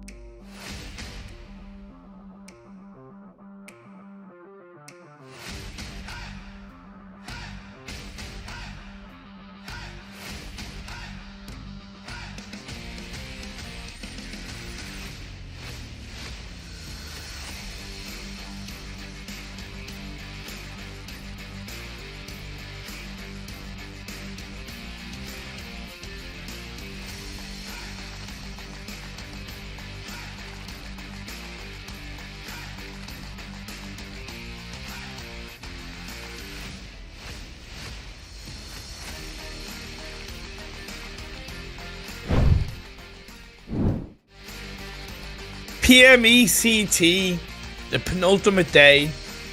We're 2 games in, and I've got one word for you, Zute. Yeah. Think you can guess what it is? It's Mizzaro. Mizzaro? Arrow. Just Mizzaro. Yeah, Mizzaro. So Eastern, real quick nod to Eastern Stars who, secured that game. But yeah, I think the highlight play was Mizzaro, which, by the way, he has an Instagram. If you don't have his Instagram, he posted the play that that had Imperium's tits pop off. I think those were the words he used. I've no more tits. They popped off. I can't find them. Yeah, so check out Imperium and I's social too. If you're following Imperium or I, we just reposted Mizzaro's story, and so from there you can find Mizzaro's post, that highlight moment. Definitely amazing to see. And taking a look at the match rankings, I just realized at the end of that game, by the way, I didn't have my hat on. And I think it was after Mizzaro did that my hat flew off. Really? And I forgot to put it back on. Yeah, so I have the hat back on now. But my hair was all over the place, like 5-10 minutes ago on broadcast, and that's no thanks to Mizzaro with that insane play. But okay. So wait. So no. So Mizzaro popped my tits off, and he popped your hat off. That's like, if you can do that as a player, you're winning. Yes, that is what happened. But Eastern Stars, of course, 16 eliminations, not just a regular chicken, but a well-calculated one at that. We already touched on it. They stayed on the very eastern tip side of that circle in Impala, and they knew exactly what they were doing. The 100 coming in pretty strong, mostly through like getting the circles, because it kept shifting up north to them, and they didn't have to move around as much, which is why they only had 3 eliminations. But a good game for them nonetheless. And La Familia, okay. Good. Very good out of the Italian side with those 14 points, Imperial. Yeah, not bad. But I do want to highlight specifically the German community. 13-9, 22 points. It's much needed once again when you look at the overall standings coming in today's games. France about 100 points ahead of Romania. Romania about 100 points ahead of Germany. I genuinely want all of those 3 teams to get closer together. So, not that I don't want France to do well, but I kind of don't want them to do that well, because that means that the likes of Germany and Romania are more than likely getting closer. Eastern Stars getting 31 points, followed by 4 Romanian men with 8. That's 39 in one game. That's a big chunk of France's lead taken away in one game. So I want to see that kind of continue for the Romanian community. And Germany, a little bit similar, obviously not as much, but again, 22 points, it's a big plus. Yeah, so at the start of the broadcast, we talked about that 100-point gap, right? Which is divided between 2 teams. So 50 points for the day for each team. And in 4 games, if you think about 50 points, that's not that much when you see a team like Eastern Stars just get 31 points in one game. They only need 20 points in the other 3 matches. And when you're a good team, if you have a good day, your team by yourself could get 70. For sure. And if your counterparts could have a 40-point day, which isn't even asking for too much, right? Yeah. That's more than 100 points right there. But let's go into Sanhok. This is the map. This is the game where we're at that point in the day where a lot of things could get turned upside down. And I think we've seen a trend of it happen. From Miramar into Sanhok, the results of the match from Miramar very rarely impact the results of Sanhok. It's almost like a backwards type of style game. But Big, they usually drop Cam Bravo and take a fight with Real Tiger 9. I feel like with that playing path, they feel like it's a bit far to drop in Camp Bravo. So they're taking a hot drop fight with another team down south in another part of the map. Oh, yeah, uncanny. Big have dropped here before. Okay. If you remember, I think with Uncanny and another team. So this is it's not massively uncommon, but it is rare, and I think you are very much right with that playing path. They didn't think it was as comfortable to try and drop in Camp Bravo, so Camp Charlie is the place to be for them, and Swave. He's a little bit on his own for the time being. Has to be careful. Tracking the audio of the footsteps is going to be very important. Swave opens the door, gets a knock onto Aspira, confirms that elimination point as quickly as possible. Body advantage now in the hands of Big, followed by a second knock onto Papa Joker. He's not. Oh my god. Okay. Jesus me. God. Have some mercy on them. I know TPP advantage is a thing, right? But if you just have the wherewithal of knowing where that player might peek you from TPP, you actually kind of have the advantage because you're moving. And when that player peeks out, he kind of has to track your movement as he peeks out to shoot you. And you could stutter step back to the left. You could keep swinging out wide. It's a 50-50 as far as where that player has to track you. But if you're so aware of where the enemy might be TPP, you just have your crosshair trained on that spot where he's going to peek you from. And that's exactly what we saw there. He had the TPP advantage. He knew where the enemy was. But the player from Big had the pre-fire ready, had the wherewithal, and having that pre-aim ready, and just absolutely melted that player. But was it also a case where that last player from Uncanny, he exposed his whole body rather than just his head? As in, surely he should have peeked as opposed to moved his whole body to the right. That technically would have made it a lot easier for me to connect those shots with Uzi, right? It would have made it a little bit harder, but realistically, that in theory, it sounds like that's more correct, right? Take a slight angle peek. But that's more when it's like a mid-distance, because the issue with that is you'd actually have to get in the game and test it out for yourself, and you'll understand the feeling of it. That's why I'm asking you. That's why I'm asking you, because you're a former competitive player. So that's why I'm asking. All right. Yeah, so he would have to be a little bit further spaced out from the wall to do a lean peek like that, because when you lean peek that close to the wall, yes, you could peek out just a little bit. But your player gets kind of stuck on the wall once you unleash, try and get back into it. And it's just also your ability to swing out your aim wider, not your body. The ability for you to swing out your crosshair wider when doing one of those tight peeks, when you're close up hugging the wall, limits how well you can actually shoot the target if they decide to keep wide swinging on you. And just more times often than not, you don't want to do a peek. So that's why you do see, even at the high PMGC levels, Imperium, you see players swinging out when they do those TPP peeks. Because mechanically, it doesn't work that way. But at mid distances, and if you space your body a little bit away from the cover, it can work out. Then those would be like more perfect lean peeks. So just a little bit of, competitive player experience knowledge right there. I will say this is a mobile game with like mobile mechanics that some people might not be as familiar with when it comes to like regular PC or console gaming, right? The mechanics work a little bit differently here. And that's why, to go, I suppose, a little bit off the specific game, that's kind of why having the likes of you as a former competitive player in a talent situation such as either a caster or an analyst, because you are able to provide the extra level of perspective. And it's why me as a caster and an analyst myself will always respect the player's talent so much more and what they have to deal with, because what I see as a caster is in nowhere near the true situational talent required for that player. I mean, as critical as I can be, it doesn't take away from the respect that I have for all of these players as Golden Esports and Chazmac start to take a fight against each other. Yeah.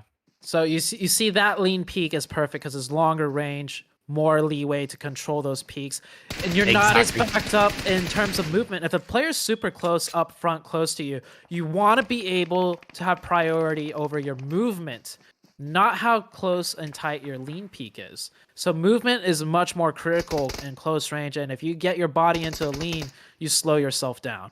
That's basically what it comes down to. Exactly. So Faria here, trying to hold an angle right now, playing a little bit more quiet, and just okay, just peeking into two people right there. Yeah. Not much he could have done, even if he lean peeked that or not. So that's another team taken out. Two teams already down on the match of Sanhok, meaning that this Sanhok game could be. Oh, wait a second. This is a northwestern circle. Okay. I just saw the white line touching the edge of boot camp. That means we're finally getting a northwestern circle. Hopefully we can bring that map feed up in a little bit to see exactly where that circle shifted. I know we got some early action going on. A lot of fights happening as Glor also losing 2 of their players right there. And there we go. Finally, when we don't talk about it, we get it. We got a northwestern island finish for the very first time, I would have to say. If my memory serves correct, for the very first time on Sanhok for the duration of this tournament. La Familia going for a rotation on the eastern side / now northeastern side of the map. They need to be quite careful because this is phase 2. And I would argue the timing of that rotation is quite late. It all depends on how wide they go from the land on the entry point into that phase 2. If they go very wide, I say cool, that timing is good. But if they go too close, I would say that timing doesn't correlate to where they're positioning that boat. Inside is Fear the Flame defending against Game Lord. Game Lord crashed in on the hat thing, so it technically should be Fear the Flames to win. They only have 2 players left up, Japan and Perks, a dynamic duo. Couple in game, couple out of game as well. First aid being pulled out by Perks. Needs to try and clutch this up. Robs trying to keep the pressure on board. Great play by Perks in Japan, looking to stick together. Revive being pulled out. Will that afford the opportunity? Oh, yep. If you're gonna go for the revive, confirm the kill onto the enemy across the way. And that was just a great play by Robs. He bamboozled them, but that was also off the back of, honestly, not confirming the eliminations, the hands of Fear the Flame. Yeah, all the info was passed out. He's getting a revive right here. You can peek him. Damn. And that was. Are you? Hold on. Are you a CS:GO fan by any chance, Imperium? I wouldn't call myself a fan, but I do appreciate and I'm aware of the game. But go on. Okay. So do you know the player Stewie2K? I've heard of him. Yes. Okay, all right. So I'll explain it out. Actually, oh my gosh, this Sanhok game. I mean, I do know we have a very cool circle happening, so maybe that's why there's so much fighting right now. I might have to hold off that story for a second, but it does allude to what that Chasmok gaming player did. Who clutched it, by the way? No, it was Game Lord. It was Game Lord. Sorry, Game Lord. Yeah, it was Robs. Robs. Okay, Robs clutched that one out. So we'll hold that conversation for a little bit. As Lemniscate, hello? Why would you go prone out open on that side of the hill when you're quite literally fighting the team that was just taking shots at you from that side of the hill? I don't know. This game is definitely getting quite flustered, I feel. A product of the fact that we haven't really seen a Northwest Ireland circle in this lobby. I want to reiterate in this lobby, because as much as you can train, you can do scrims and you can have Northwest circles and scrims, when it's in a specific lobby and you haven't really experienced what is arguably a pretty, especially in Sanhok compared to any of the other maps, it pretty you want to experience it first. I can get why we're getting these kind of flustered situations happen in the first couple of phases. Yeah, team's not familiar with this circle. As far as with the other teams involved, very well put right here. Chasmok Gaming on that north side in the water. Same with La Familia. So I guess during this lull period, really quickly, so there's a player named Stewie2K from CSGO, and he's notorious for pushing smokes. And the reason why you don't want to push smokes in CSGO is because when you exit the smoke, it's not like in PUBG Mobile where you have clear vision the second you leave the smoke. And in CSGO, even if you're completely out of the smoke, your vision still gets covered by smoke for a half second or so. So that's like pushing smokes, bad idea. But Stewie2K, because all the players are so used to players not pushing smokes, Stewie2K is one of those players that would push smokes and completely catch other players off guard, and they would absolutely rage at him. They would be like, what is this guy doing? He's so stupid. Who does this type of thing? And there's a meme sound that came along with it, where it's Stewie's voice line, and all he says is, "Sup, bitch." And okay, Robs, by the way, when he peeked that doorway with the DBS, when the player was trying to get the revive, that's what it reminded me of. He peeked that doorway, shotgunned him in the face, and was like, "Sup, bitch." And what's even better is you saw how he finished them out. He hopped down from the second floor window, dropped square into the doorway in frame, and just sup bitched them again. And that's how Robs took them out 1v2. So that story, man. I just had to. That story. He peeked. It was beautiful the way he did. He popped through the doorway, boom, and then he dropped down from the roof side, boom. 1v2. Oh, fantastic. Fantastic. Absolutely love that story. We're also going to see a story unfold right in front of our eyes. The story of Eastern Stars going up against Real Tiger 9. It started with a bit of a run over that resulted in one of the Real Tiger 9 players' captives getting knocked down and finished off. Now the other 3 players, they were able to at least get a counter knock onto Athos to slow Eastern Stars down. Once again, Eastern Stars not playing with their normal IGL Kapahala. Going for a wrap around, a side angle, bit of pressure from Doran. It's not a bad call, but it's a little bit too deep. Where's the rest of the team to follow up on that bait? They're nowhere to be seen. Nazgul gets back in towards the... Like, he realizes that if he stays where he is, he's going to get caught out. I love that play by Doran, though. The follow-up doesn't have to be immediate with that type of play, because Doran's going all the way to the other end with a safe hillside. So they apply that pressure regardless. It's not like he's in the circle. Yeah, it's not like he's stopping short and immediately taking an open engagement, in which case you need your teammates to follow up immediately. And you can see with Doran's play, Real Tiger 9 amazing. Beautifully. Yeah, they immediately reacted to that play and readjusted their position and gave up the fight. So instead of just sitting there getting flustered and caught out, really good adjustment by Real Tiger 9. But the advantage goes to the Eastern Stars because they cut ahead into the zone. And now it's the Real Tiger 9 team stuck in the zone. So beautiful play out of both teams. Yeah, massive respect on how they both reacted, of course. It just forces Real Tiger 9 to stick a little bit more heavily to the northern coastline that is, unfortunately, not as hold downable. There's very little hard cover around that area, and even having Octavian still a little bit in the blue is so good. Premix does catch him out, though. You can see just as we turned it off, Doran is able to respond onto Premix. Will the revive come out onto Octavian? Will it be worth going for the revive onto Octavian? It does seem to be the case as phase 4 is shifted towards the mountain. The mountain, yeah.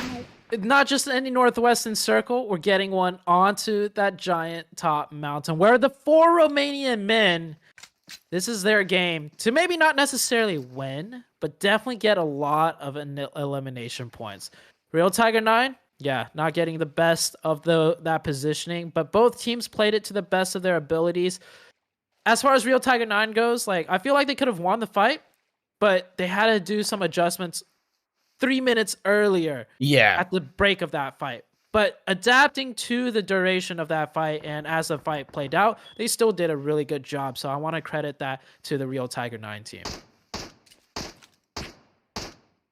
YMCA snaking up. Oh, Ketu looks for the head of Spyro.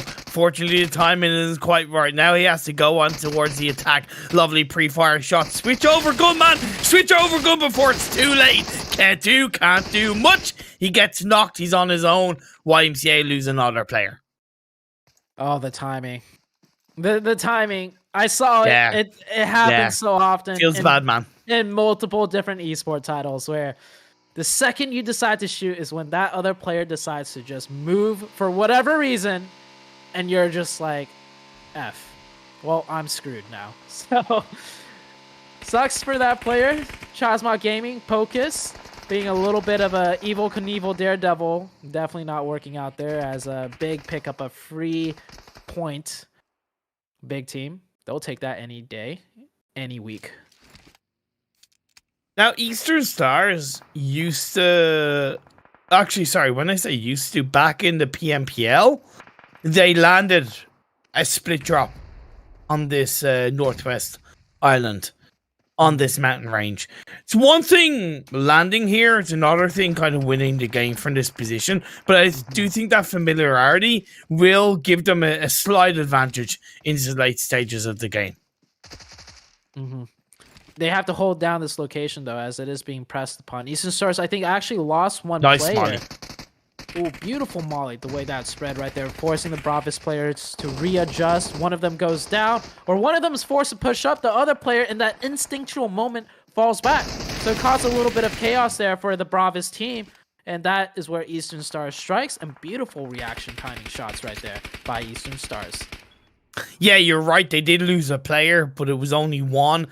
Didn't stop them taking the challenge against Bravos. Game Lord, 2 players lost, but they do still have 6 eliminations. Do we have 4 Romanian men covering one side of the mountaintop? Big is just a little bit to the west of them. 3 shots by Dewey. Only connects half of them onto Mihi. He gets behind a bit of cover, but not the full cover. I don't quite think so. No. It is full cover. Blue zone is closing in, though. Mihi's going to try and win this fight from the low ground. See them firing back and forth. Doobie with some really nice time peaks right there. I love this out of Doobie. That is trigger discipline. He's not getting too greedy to just get the knock, because if he does go down, that causes the entirety of the rest of the team to adjust their formations. So very selfless play right there, and not trying to, you know, just get his own points. But he knows he can readjust over here as the other big... Oh! Well, okay. And 762? I don't know about that one. But here's the thing. That was a selfless play by Doobie, but I would love to have seen the rest of 4 Romanian men react a little bit quicker. There's no point in pulling out a selfless play if there's no team support. Now they're getting picked off one by one. So then you gotta ask yourself, what's the point in being selfless if I'm not gonna get the support? Fortunate, bad mistake from 4 Romanian men in my eyes. Yeah. I kind of feel like the fault does lie on those 2 players, though. Yeah. If they played it mechanically better, they should be able to do that without the support of the 2 other teammates. Because there's a world where there should be more than one team pressing up that mountaintop. Like in a higher PMGC level, there might be more than one team, in which case they will all have to remain 4-man split and know how to hold it and stall it in a way. Not necessarily just eliminate the But I other think team. Dewey stalled it really well, though. It could have been better. If I'm going to be hypercritical, it could have been better. Go for it. Okay. And I would even venture to say, feel free to message those players from 4 Romanian men and ask them how they feel. If it was a team mistake, or if they feel like the individual players should have been able to play it better. I think I would venture to say, as a competitive player myself, I would have held that more on the individual players and say, yeah, you did a good job, but you should be able to do better in that type of position. As it's a team game, I'd put that on the team mistake. Overall. That's my eyes. But I love the different perspectives we have, the different opinions we come on board as we're getting into the tail end of this game. The Valley of Death is occupied by both Game Lord and Rexpect. It's rare that we see Rexpect in the final circles of a game. It's been too long coming. Can they hold on? Game Lord was eliminated as far as I know. Now we're down to 4, and Eastern Stars are going to look to push in and compound them quite effectively. 10 elimination points for the Romanian side. Eastern Stars with that grenade. I think he needs to toss it up a little bit higher. There we go. There's that jump toss, Nate. That should reach and do some damage to the Rexpect team, as the grenades are still continuing raining. Oh my god. Peak by Athos, predicting that player's peak, or the counter peak. Pretty much. Athos just down to bandages, no boosters, no first aids. The next circle shifts on up. Eastern Stars can make it to that circle. The circle has officially shifted off that mountaintop side, so the 4 Romanian men, they can't do much now at this point. And this should be an Eastern Star down to 2 players. Rexpect, if they can get that full reset, Rexpect can end up ending this game themselves.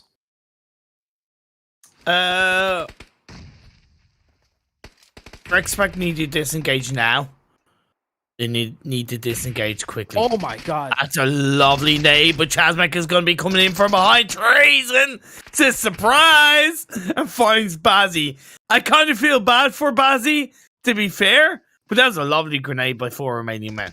Yeah, that was thrown by 4 Romanian men across the mountainside. Like it's look at where Sarah is. He threw it from there all the way to where Trazen is.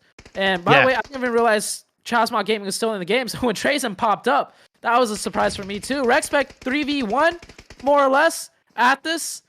It's pretty much said and done for. There's no way there's no way Rexpect loses this match. Nice. Athos is just better though. Gets a 1-on-1 against Raspu, but it's still going to be 1v2. He's going to swing around to the side. He has no healing. Needs to just confirm the kill. Does Raspu have something? 17 seconds for the blue zone to start closing in.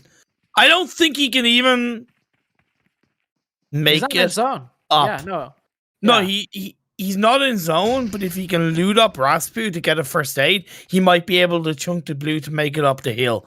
It's going to be easier said than done. Salazar is going to make the jump. Gets cut down to half health.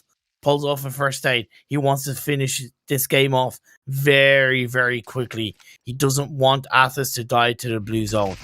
He's going to jump on down, but he's going to get picked off. It's a 1v1.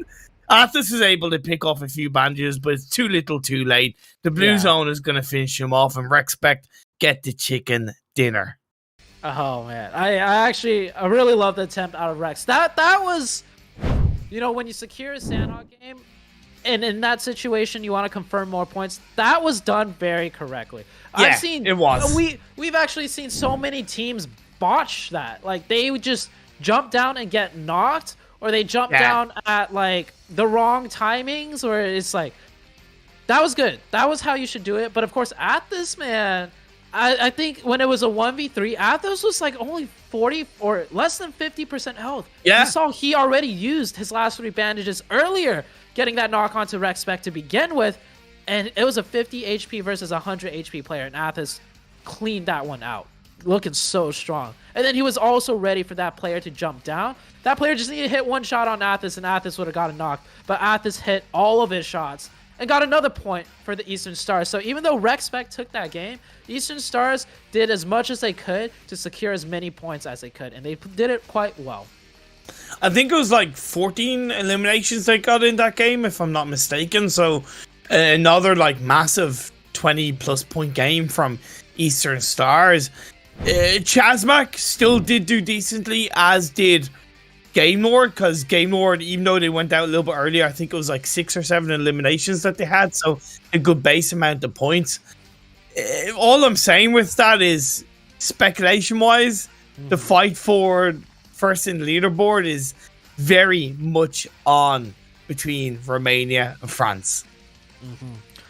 Well, that was our first Northwestern Circle game.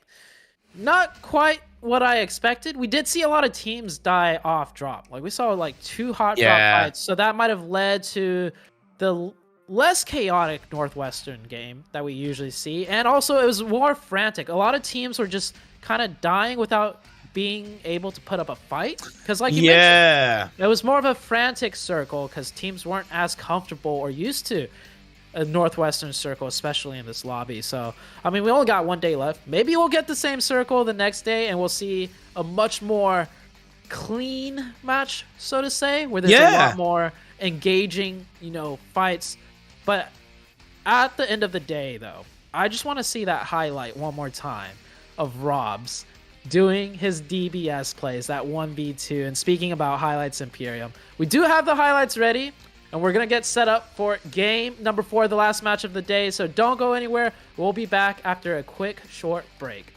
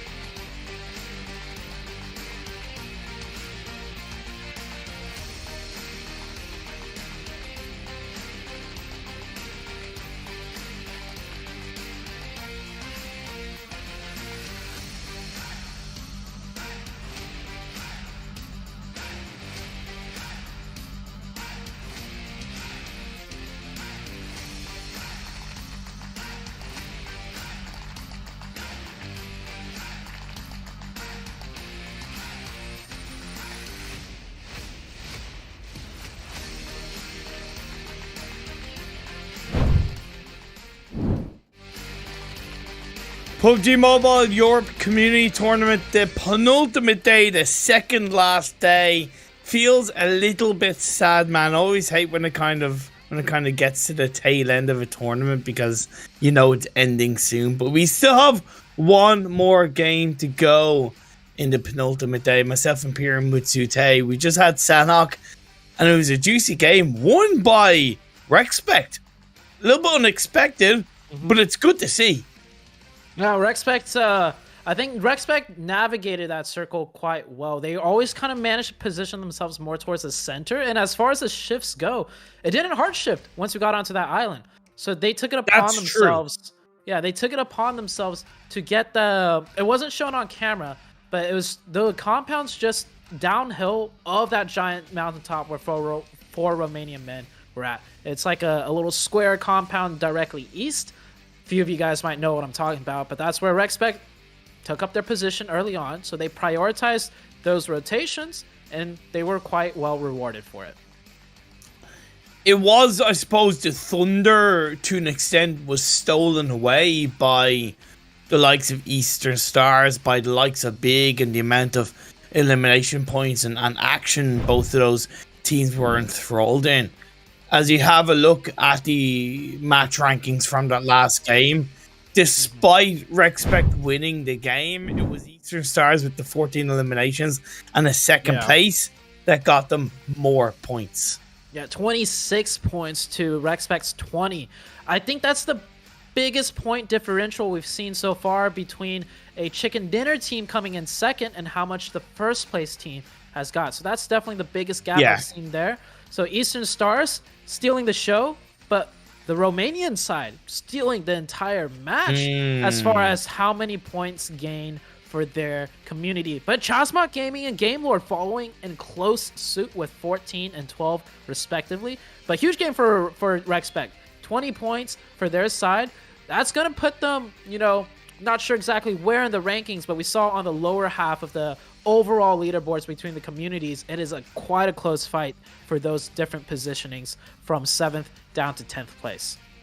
Yeah, it's more that kind of like, like you said, that little bit of a fight between Spain, UK, Greece, to an extent the Czech Republic / Slovakia community, and even to a smaller extent, Portugal as well. It's not really the most important because when I look at the results we've had so far in today's games and how that correlates to speculation in terms of the overall standings, in today's 3 games, France, 55 points. Romania, 93 points. Germany, 64 points. So, as of right now, with one more game to go today and one more day after the end of today, Romania are closing that gap. Germany as well, not as effectively, but Romania have nearly halved the gap that they had at the start of the day. Yeah. So, if they have another good match, so if they have a good match here, and France doesn't do as well, we're going to just assume France will put up some points. But that does mean going into the last day, first place is not guaranteed for France by any means. Yeah. And it's starting to shape up that way. I absolutely love that. And that's where it comes down into how will they play? How are they going to perform under the pressure? As a team in second place, are they going to try and go a little bit too hard and end up making some mistakes? And then for the team in first place, it's like, are they going to potentially play a little bit too safe, too passive, and not do as much and lose that first place? So this is where the mental game starts to come into factor, coming into this last match and the last day. It is also quite pleasurable to see Eastern Stars back in good form because they had that low, I suppose, week 2. Specifically, they just weren't really playing that well, and to give credit to 4 Romanian men, they were keeping them perked up quite nicely, especially at the start of week 3 as well. But now with two days to go, especially with their IGL not playing in today's games, Eastern Stars have gotten in their 3 games themselves They've gotten 57 and 6, about 63 points in today's 3 games alone just for Eastern Stars. Yeah, Eastern Stars having a really good day, even without their IGL. And that's not to say like the IGL isn't crucial. It just means the team is well-rounded enough and that the IGL himself has led the team in a way where he's able to really teach the players and not just hold their hands the entirety of the time when they play. I think that's what makes a really good IGL. One that's able to bring up the level of the players and not just, you know, be the one leading all the time himself. With this playing path on the east going from north to south, one thing that I find interesting in a really positive way is that Eastern Stars has once again gone into Slaughbar Kameshki. On one hand, you might go, well, why Milta is their normal drop spot? Yeah, that's fair enough. But look at the amount of traffic that's in front of them if they go to their normal drop spot in Milta Power. You got YMCA, you got Chasmac, you've got the 100, you've got kind of Golden Esports in this case, and Bravis. Whereas where they are now, yeah, okay, Game Lord, yeah, okay, a little bit of big, but not really that much traffic. There's in my eyes, a lot more variable for them to play in from the edge and control the pace of their own game. Lore taking a hot drop fight with Real Tiger 9. Okay, this is definitely new. Real Tiger 9 has had to contest this area against the likes of Mega Power, which is a very strong hot drop team fight. So I definitely give the edge over to Real Tiger 9, and I want to see them win this fight. Because if you're a team that's been contested so many times, and a new team shows up that's never really contested hot drops, you better win that one. Or else it just goes to show, like, you guys have not really been learning anything when it comes to hot drop contentions and how to play it. You're dead right. I fully agree. However, I really like Galore's spread. Having that one player in the back line, if he could even get up to the church area, that could be even more effective on how the rest of the Glore team are able to bait Real Tiger 9 out. What I do want to see as well is at least one of the Real Tiger 9 players utilize the roof of these Pachinki buildings. Yeah, Real Tiger 9, they're familiar with this, because the last time Mega Power fought them, Real Tiger 9 decided to defend and hold this side of Pachinki as well. So they should definitely have the familiarity advantage on their side, and hopefully even though they haven't been continuously fighting Mega Power, I'm hoping that they've made some adjustments and planned ahead in case it happens again. And we'll see it play out now as Bravis, one of the Bravis player, getting kind of caught out in a split drop engagement right there. So Bravis will lose one. And I do think Rexpect also picked up a point elimination earlier in the Rozhok area off drop. 2 players down across the lobby in the first 4 minutes. It's okay. That can happen. It's by no means uncommon at all. Well, Glore, they're still continuing to loot up, which I don't think is a bad thing, because once you have a bit of a spread inside Pachinki, I think there is that extra level of safety to loot up until the right moment strikes to engage. But that Real Tiger 9 that's on the off angle, out like technically outside of the city, I think he's using the gutter strips. That could be a really big moment for Real Tiger 9. And oh, nice pre-fire there. Very aware of where that player might be. Yeah, so once again, the off-angle player in this situation, if he can get the opening, he should. Whereas we saw in the very first match today, is it Septives once again in the off-angle? I wouldn't be surprised if it is, because typically players are kind of locked into those roles. Like, you hold the off-angle flank, and oh, well, that changes everything. A beautiful grenade out of Glore, beautifully cooked as well. And Septives, oh no, Septives is not the off-angle player, but he gets knocked on top of the rooftop. Real Tiger 9. Oh man, this is not looking good for Real Tiger 9 at all. And I feel like Nazgod feels the pressure and he gives away his location as well, trying to do something to help and firing off the shots. Real Tiger 9, 2v4 situation. This is a not counter good at all. knock did get pulled out by Ayu, so it's more 2v3. However, you're dead right. It's not looking good for Real Tiger 9.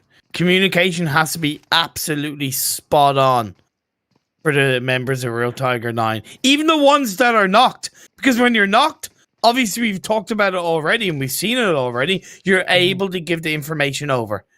So premix, use that TPP to crawl in to try and grab some valuable information on the members of Glore. Same with Septives. As of right now, they're allowing the revive to be pulled out. Septives does get revived. But there's a missed opportunity there, right, for AU. I know it's smoked out. He can't see it. But that's where Premix could have came in. If Premix put himself in a position knowing that he won't be able to get revived, but gets close enough to see some TPP info, he potentially could have called out which side of the wall that revive was going out on, and AU could have gotten a knock and a re-knock, changing the fight to a 3v2. So it's just small details like that that can really impact the fight and ultimately impact the entirety of the game, right? If they win this fight. Yeah. What's not to say as a 3-man, they could get a top 3 with how circles play out. So, I mean, it's a 3v4. We're not going to count Real Tiger 9 out just yet. But they are getting their buttons pushed in right now. Ayu. Sliver of health. And they being cooked up by Leonardo. If he can maybe paint a successful picture for the rest of his team. Not quite looking that way as Nazgod on the rooftops of Pachinki is able to get a clean knock, followed by a second. The clutch is coming through. It's gone from a 3v4 to a 3v2 in the favor of Real Tiger 9. Masha goes into the third story. Not much he can do.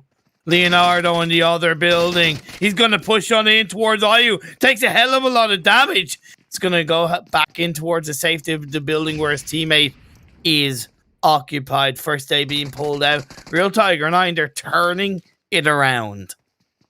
This is a fun fight to watch. Very back and forth. Glore had such a huge big advantage. Definitely not capitalizing well enough off of it. Leonardo with the AK, and just like that, Real Tiger 9 taking that fight. And they're shooting the boxes too. I think I'll give it to them. They brought it back from a 2v4. So I still gotta say though, Imperia, was it because Real Tiger 9 played so well, or was it more so because Glore kind of messed that up? Right? We talk about it with Real Tiger 9 versus Mega Power, and we see Mega Power, they'll be on the aggressive, but they don't mess up, and Real Tiger 9 fold and fall over. Yeah, for sure. Yeah, I'd say it was over a little bit of both. Solid turnaround and a bit of a mistake initially. Wasted. He does make a mistake while cooking up an aid, and Lemna Skate gonna continue to take the fight. We haven't really seen, at least I don't remember where phase 1 went. Not gonna lie. This is in Military Island, so I don't know why these two teams are fighting inside Military Island. I know Lemna Skate really didn't know where they want to go, and I suppose maybe this makes sense because Military Island was inside of phase 1. It's still inside of phase 2. This is a tricky circle shift.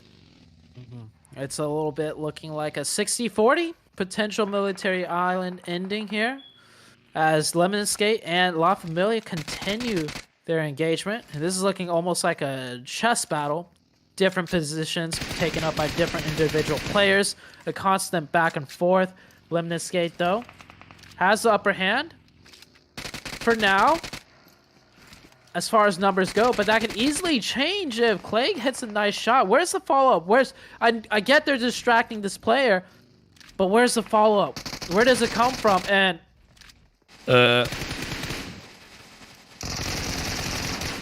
oh my god. Okay, Clay. Oh my god, Clay. Jesus Clay, to pull a Mazzaro off here?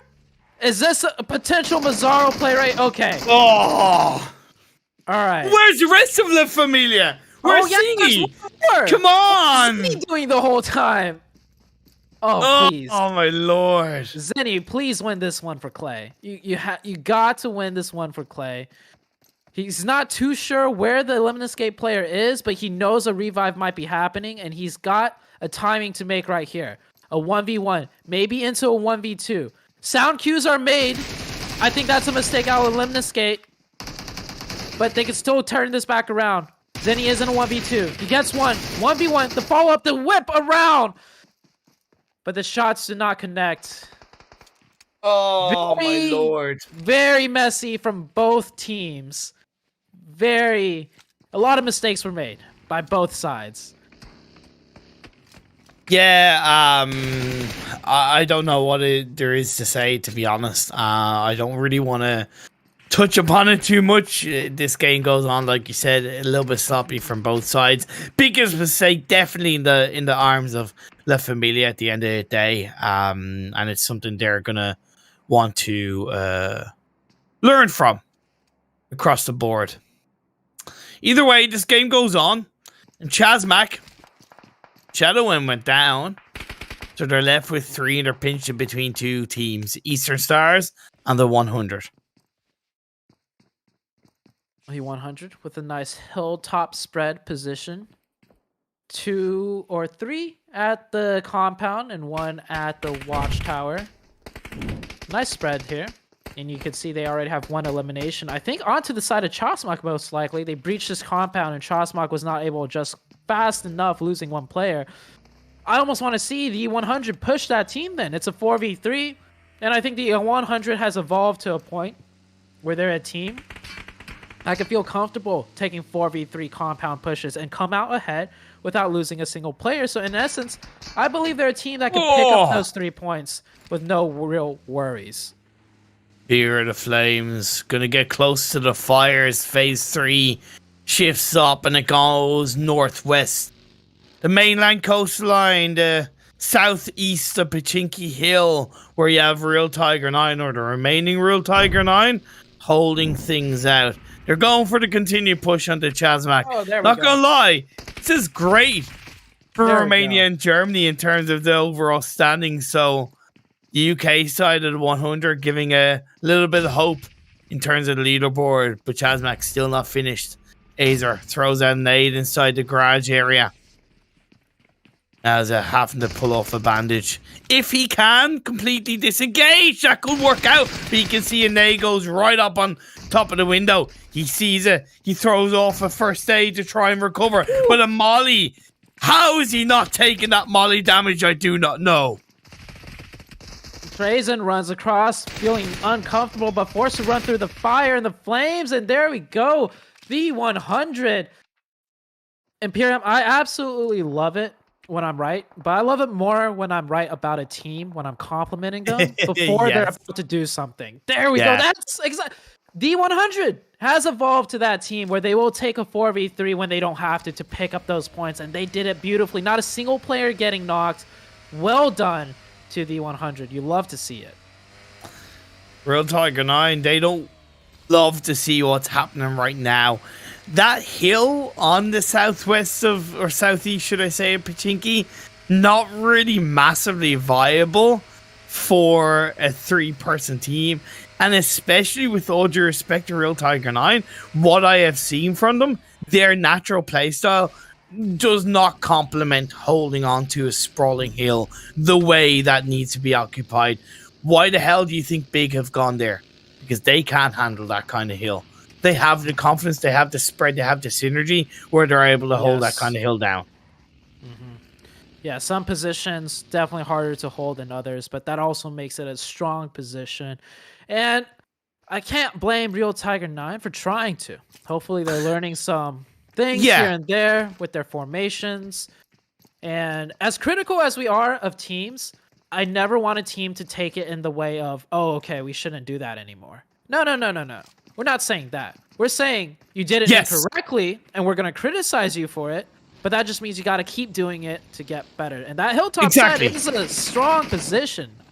Teams would love to be able to hold that position down, but when a certain team like Big wants that spot, you better get your defense up to par against the aggression of big. And also, you better get your driving skills up to par so you don't just crash straight into a rock. As the 100 coming in from the blue zone, YMCA making an adjustment, realizing they have to gatekeep this, as Ketu's actually back here by himself.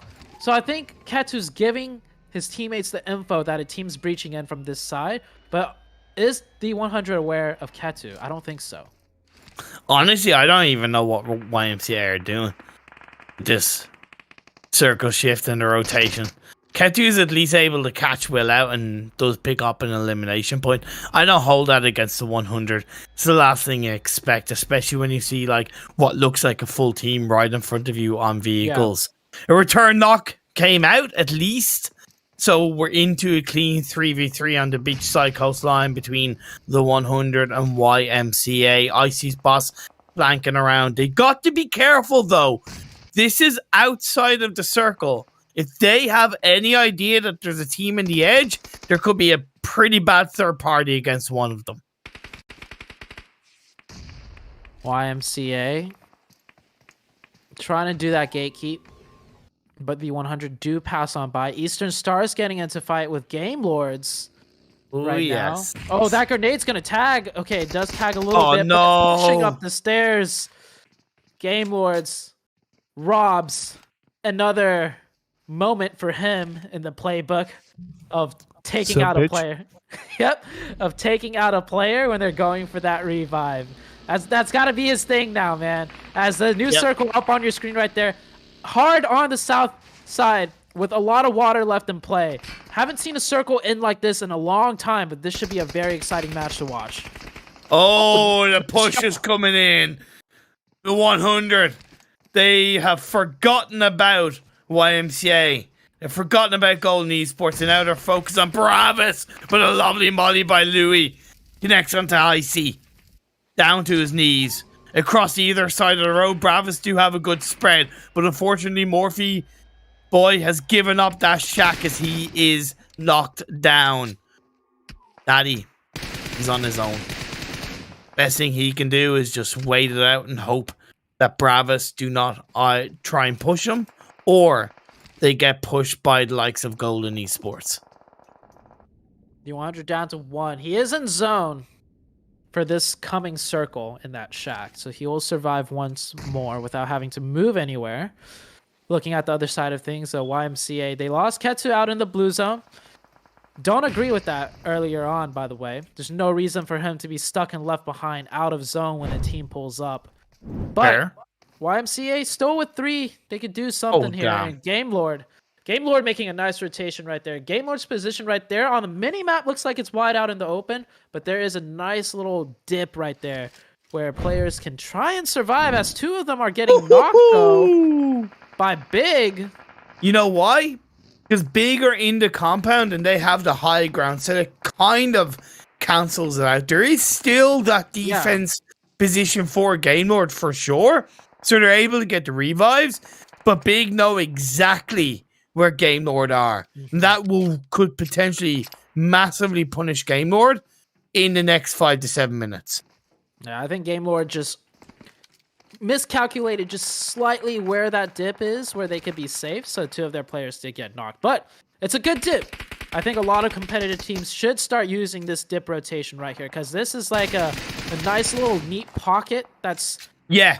At the PMGC level, this dip will get taken very quickly. Like, everybody knows about this dip at the PMGC level. But if you're up and coming, this is a dip that not too many newer amateur teams know, and you can take advantage of this in a tournament of your own, just like how Game Lord is doing right now. Yeah, you can see right here just how comfortable they are. And chances of getting the circle, really high for them too, since they took that dip, which is mid-circle. Rexpect have a sprawling spread on the coastline of the mainland. I really can't fault that spread. A tiny part of me wants to maybe see them tighten up, but on the other hand, I get why it's working right now. We'll have to wait and see how many teams really survive on this western edge. Fear the Flame are able to bridge camp the likes of Uncanny and 4 Romanian men.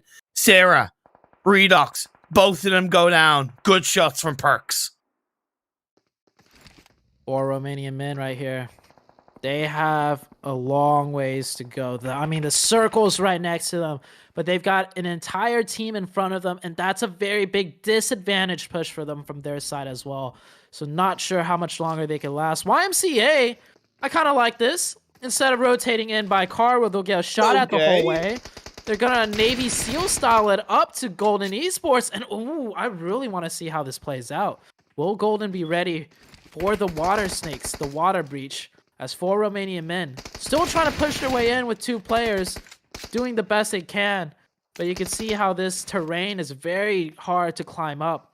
And Fear, the Flame, just hard gatekeeping them right now. They're hard gatekeeping them, but we could see a bit of a sandwich as one of the RECSPECT players at least is getting quite close to one of the Fear the Flame players at that anchor point position inside the southwestern edge of the circle. Bravus, Louis, the last player up, has 2 of the big players getting quite close. I love this split from big. 2-2, it's perfect.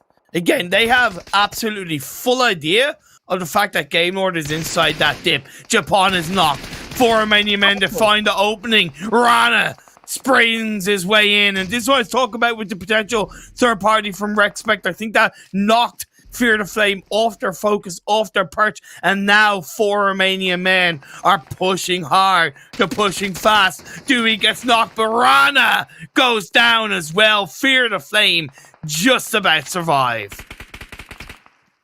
Lewis with the DBS in the shack, having to defend now against the big team. Big comes out on top, of course, and Big will control the northern side of the circle. Game Lord loses that circle, but you saw the amount of grass all around that dip. They could easily prone in on this next shift. Fear the Flame taking the fight to RECSPECT now that they have to push more deeper into the eastern side of the map. And RECSPECT with 4 up. YMCA, by the way, did indeed Navy SEAL style their way onto the shoreline side. They'll have to take a fight with Golden next. And it's a lot of isolated team fights here. So this will be nice to see how it plays out.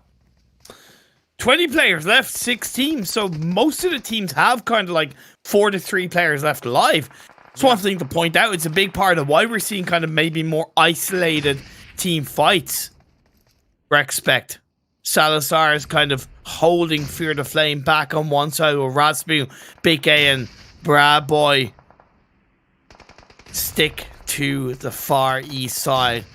I didn't think that Navy SEAL rotation would work for YMCA, but credit where it's due. How much further will get them in the game? That remains to be seen. Golden Esports are also covering the beach side, but they can't stick too far out because they big overlooking their spot. All the teams are actually in zone right now, besides Fear the Flame. So these 2 players of Fear the Flame most likely will be taken out. But with so much fighting happening all around 360, this chaos could be a good timing for them to sneak on in. Goldie? Oh, okay. I think they just went out. Yeah, Fear the Flame did go out. So we're down to 5 teams. Everybody's able to get the resets, though, because no team really wants to push right now since they all have the circle. Golden venturing a little bit closer. Mazzaro will back up as Michi didn't get his first aid off yet because he just got revived. So they're going to fall back, and Mauricio does go down. Good cover fire right there. I think he baited Golden in just a little bit. Golden taking the bait, getting knocked. Yeah, Mazzaro shouldn't have pushed that right after getting the revive onto me. I get why he did to try and, suppress, but he was actually met by that Golden Esports player, and he ended up being taken down to a very low amount of health. Luckily, he wasn't knocked as me is back up on his feet. Game Lord, like you said, able to push into the edge of the circle, snaking their way through. The shift comes out and goes right on top of Golden Esports. That's down at the bottom of the cliff side. This is a cluster truck. I think this is one of the rare games, and correct me if I'm wrong, one of the rare games where I've absolutely no idea who's going to win. I think it's going to come down to, I think Big, if Game Lord could sneak their way in onto the engagement, onto Big when they're concerned about Golden, Game Lord will be the one to take the fight. But then again, from the south side, Rexpect is completely uncontested. Exactly. Right, Rexpect Exactly. is the only team on the high ground on the south side. So if they smoke and work their way in, I mean, Big is going to be focused on them. Big has got their work cut out for them. It comes down to what Game Lord's going to do and how well they time it. As Rexpect as well need to time their push in too. And the teams on the lower half of the map, they could win this too potentially. Oh, me is going to actually crash in to try and find some kind of anchor position inside the circle. And you called it with Game Lord. Snaking their way in. This makes me think maybe the memory on Big isn't quite as good as what it seems. They should have known that Game Lord was on that side. I know it can be hard to keep an eye on the elimination feed and really not be aware that Game Lord are still alive in this game. Navarro continues to get the knocks here and there. YMCA, nothing more they can do. Rexpect pushes it down. Another double knock by Robs, but unfortunately he's going to go down to his knees in the process. Narvello is the last player up.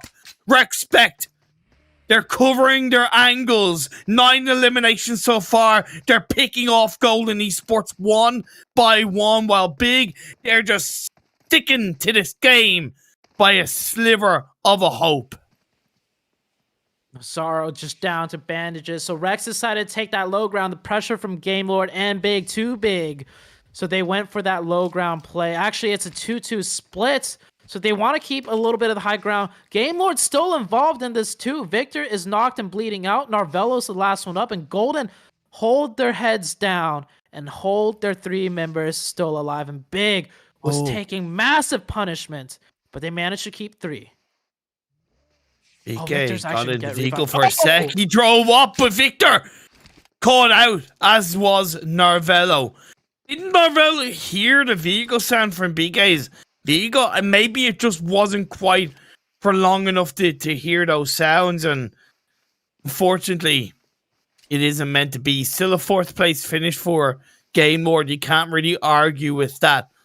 However, one of their counterparts in the race for first, Big, are still alive. Rexpect won the previous game in Sanhok. Are they going to get a back-to-back chicken dinner? Hola. ¿Cómo está, Rexpect? Seems like you're feeling pretty damn good right now. Pizarro, the firecracker, that got the 1v3 onto Chazmak in the second game of the day. Can he get another one? Going to be swayed this time around, though. Get to knock and a kill with the nade. This is looking like a big game. They got the chicken dinner on the first Erangel of the day. They're about to secure a potential second Faria down to low HP, and that is big. Getting not just one chicken dinner for the day, getting 2 in one day now. The improvement, okay? When they got their first, when they closed out a game finally, I was excited for them. Now they're showing to us they could close out a game, not just once, but twice now in a day.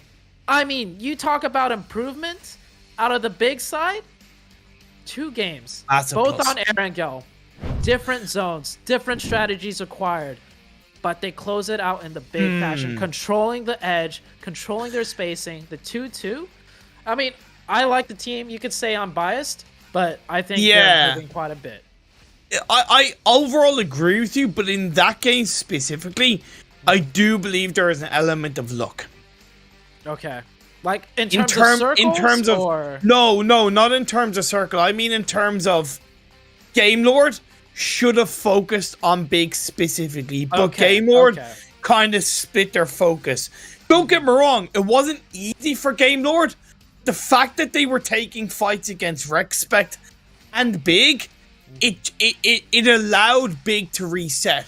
And then, when they were initially taking a bit of a fight against Golden, they couldn't breach that. Mihi got knocked, Mazzaro nearly got knocked, Mihi got knocked again. Luckily, Golden... Well, I suppose luckily Golden weren't in a position, but they didn't really try to push that absolutely massively. So, circumstantially, I think there was definitely a couple of mistakes by Big that were luckily not capitalized on massively by their opponents. That's kind of what I mean by that.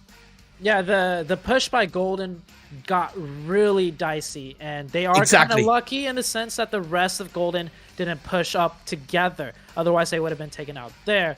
And then, yeah, I think they also kind of relied on the mistake by Game Lord. But Game Lord, if they full committed to Big, right, that would open the door for Rexpect to just both of them. So I know. Game Lord was playing for the win. They had to split their focus. They tried to do what would eventually get them the win, and that includes splitting the focus, which does lower the chance of winning the either engagement with either team. So in a sense, for sure, Game Lord did the correct play from. Oh yeah. This is funny. I'm gonna mention this real quick.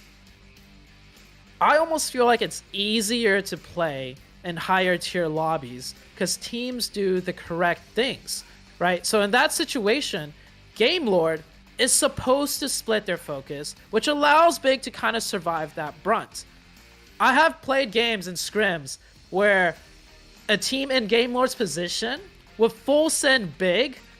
Big would barely win that fight because they just got full sense, but then the third party out Rexpect will kill Big and Game Lord, and I've been in those situations where I was Big, and I'm like, what the heck is Game Lord doing? Why did they full send us? They just got both of us killed.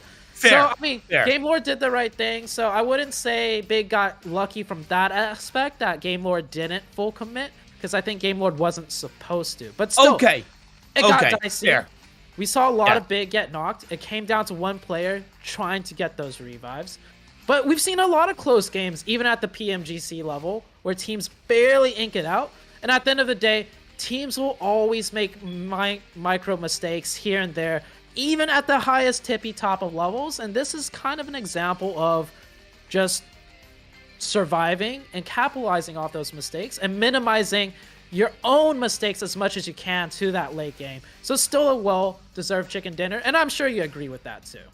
I do. I know that there's a slight air of bias with Big because you're a big fan of them, and I'm not holding that against you, of course. Yeah, I overall agree with you, and especially the point you make about it's easier to play any competitive game, scrim or tournament when you're playing with higher skill teams, because like you said, they do the correct thing, and it's not that it's more predictable, but it to an extent is more predictable in that regard. So yeah, you're dead right, but either way, we're also going to be dead right when I say we're going to break. Highlights of game 4 followed by the match rankings of game 4. Don't go away.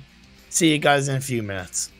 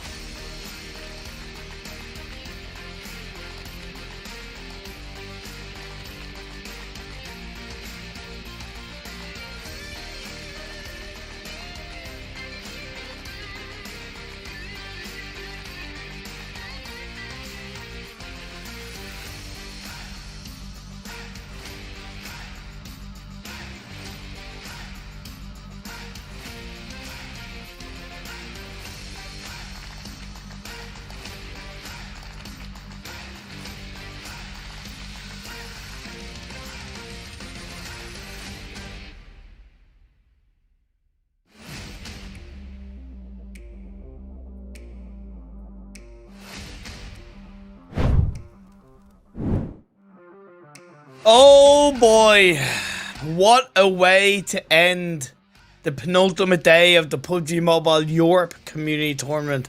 Myself, Imperium, as usual with Zute. A hell of a day of action, 4 games, a lot of points earned, and the leaderboard, it's getting just a little bit closer. I love it. I really love it, Zute. Yeah, I mean, you're the numbers guy right now. I'm sure you got some good news for us coming into tomorrow. So unfortunately, we can't show the overalls at the end of each day, which, you know, I wish we could. Yeah. But Imperium's got you guys with the hookup, so you definitely don't want to miss the next day, the last and final day. But before we get to the overalls, Imperium, let's talk a little bit about the match that just happened. I mean, big with a chicken, not just any chicken though, 2 chickens now in one day. Our biggest criticism from them since day number 1, we very quickly saw, okay, this team can fight. This team loves to take engagements, and they're really good at it. And usually teams like that are also good into the late game, because development-wise, teams typically focus on the late game and then move into fighting and developing that skill. But Big kind of doing it backwards. So our biggest criticism always was, where are they in the late game? Why do they always die out so early? And when they do get to the late game, like we saw week 2, they got more into the late game. But you weren't here for it that one day.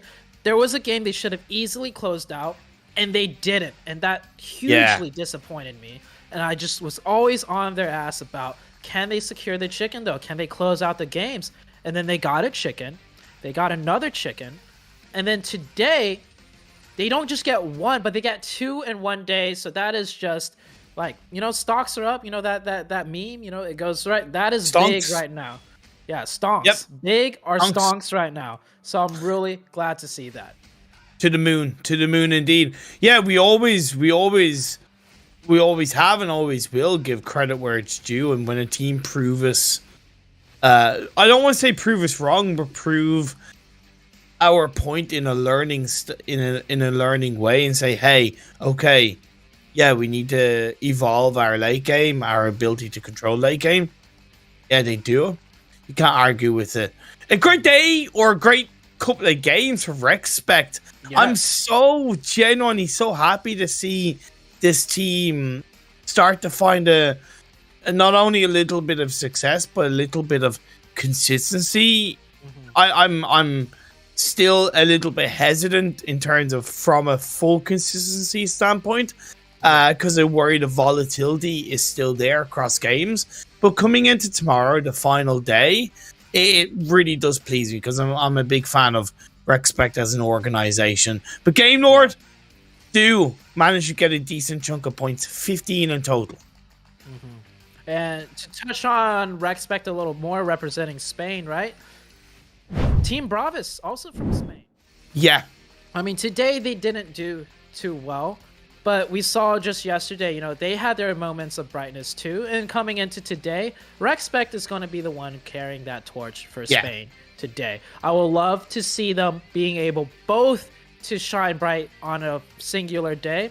And that might be tomorrow, or that might be, you know, a couple months down the line from now when they, you know, continually practice and improve. But I want to give a nod to the Spain community as well today for Respect showing up for them. And yeah, it was a very, very action-packed day with a lot of highlight moments, Imperium. Yeah, and I have some kind of maths to throw your way to build up a little bit more into tomorrow's final day of the PUBG Mobile Europe Community Tournament. So France, in today's 4 games, good recovery, 70 points, not to be sniffed at. Okay. But Romania, 98. Germany, 98. Oh, so, okay. It's not much in terms of 30 points or nearly 30 points. But it does mean that the ground is a little bit more shaken for France. It's not guaranteed. I do feel it's at that point where it's enough of a lead that if they lose it, if they drop down to second, it will be realistically because of them throwing as a community. Yeah. But it still will require the strongest Romanian day ever in the PMECT if they are realistically going to conquer Game Lord. Yeah, so you're absolutely right. And Romania has to play the best they've ever have, and France has to play the worst they've ever had. Yeah. And it'll only be those two factors combined where we might see an upset in first place, but still, not, you know, first place aside, the games itself have always just been more and more exciting each day. Like, it's not so much that the games have gotten better, so to say, but it's the storylines that we've been following from all these different teams and their representative. We see growth in the teams, not so much, you know, crazier and crazier games, but the growth is what really, you know, kind of brings home the pudding, so to say. And I think that's why I would be very sad, you know, to end tomorrow off as the last day, because I'm quite invested. I'm seeing a lot of, you know, storylines being built. But still, I hope the viewers too will be there to share that experience with us as we go into the last day tomorrow, Imperium. Yeah. Yeah, it's going to be a little bit bittersweet, but till it's over, the action is still going to go on. One more day in the PUBG Mobile Europe Community Tournament. Same time, of course. Same wonderful place. Myself and Zute, we bid you farewell. See you all tomorrow for the final day. Have a good evening.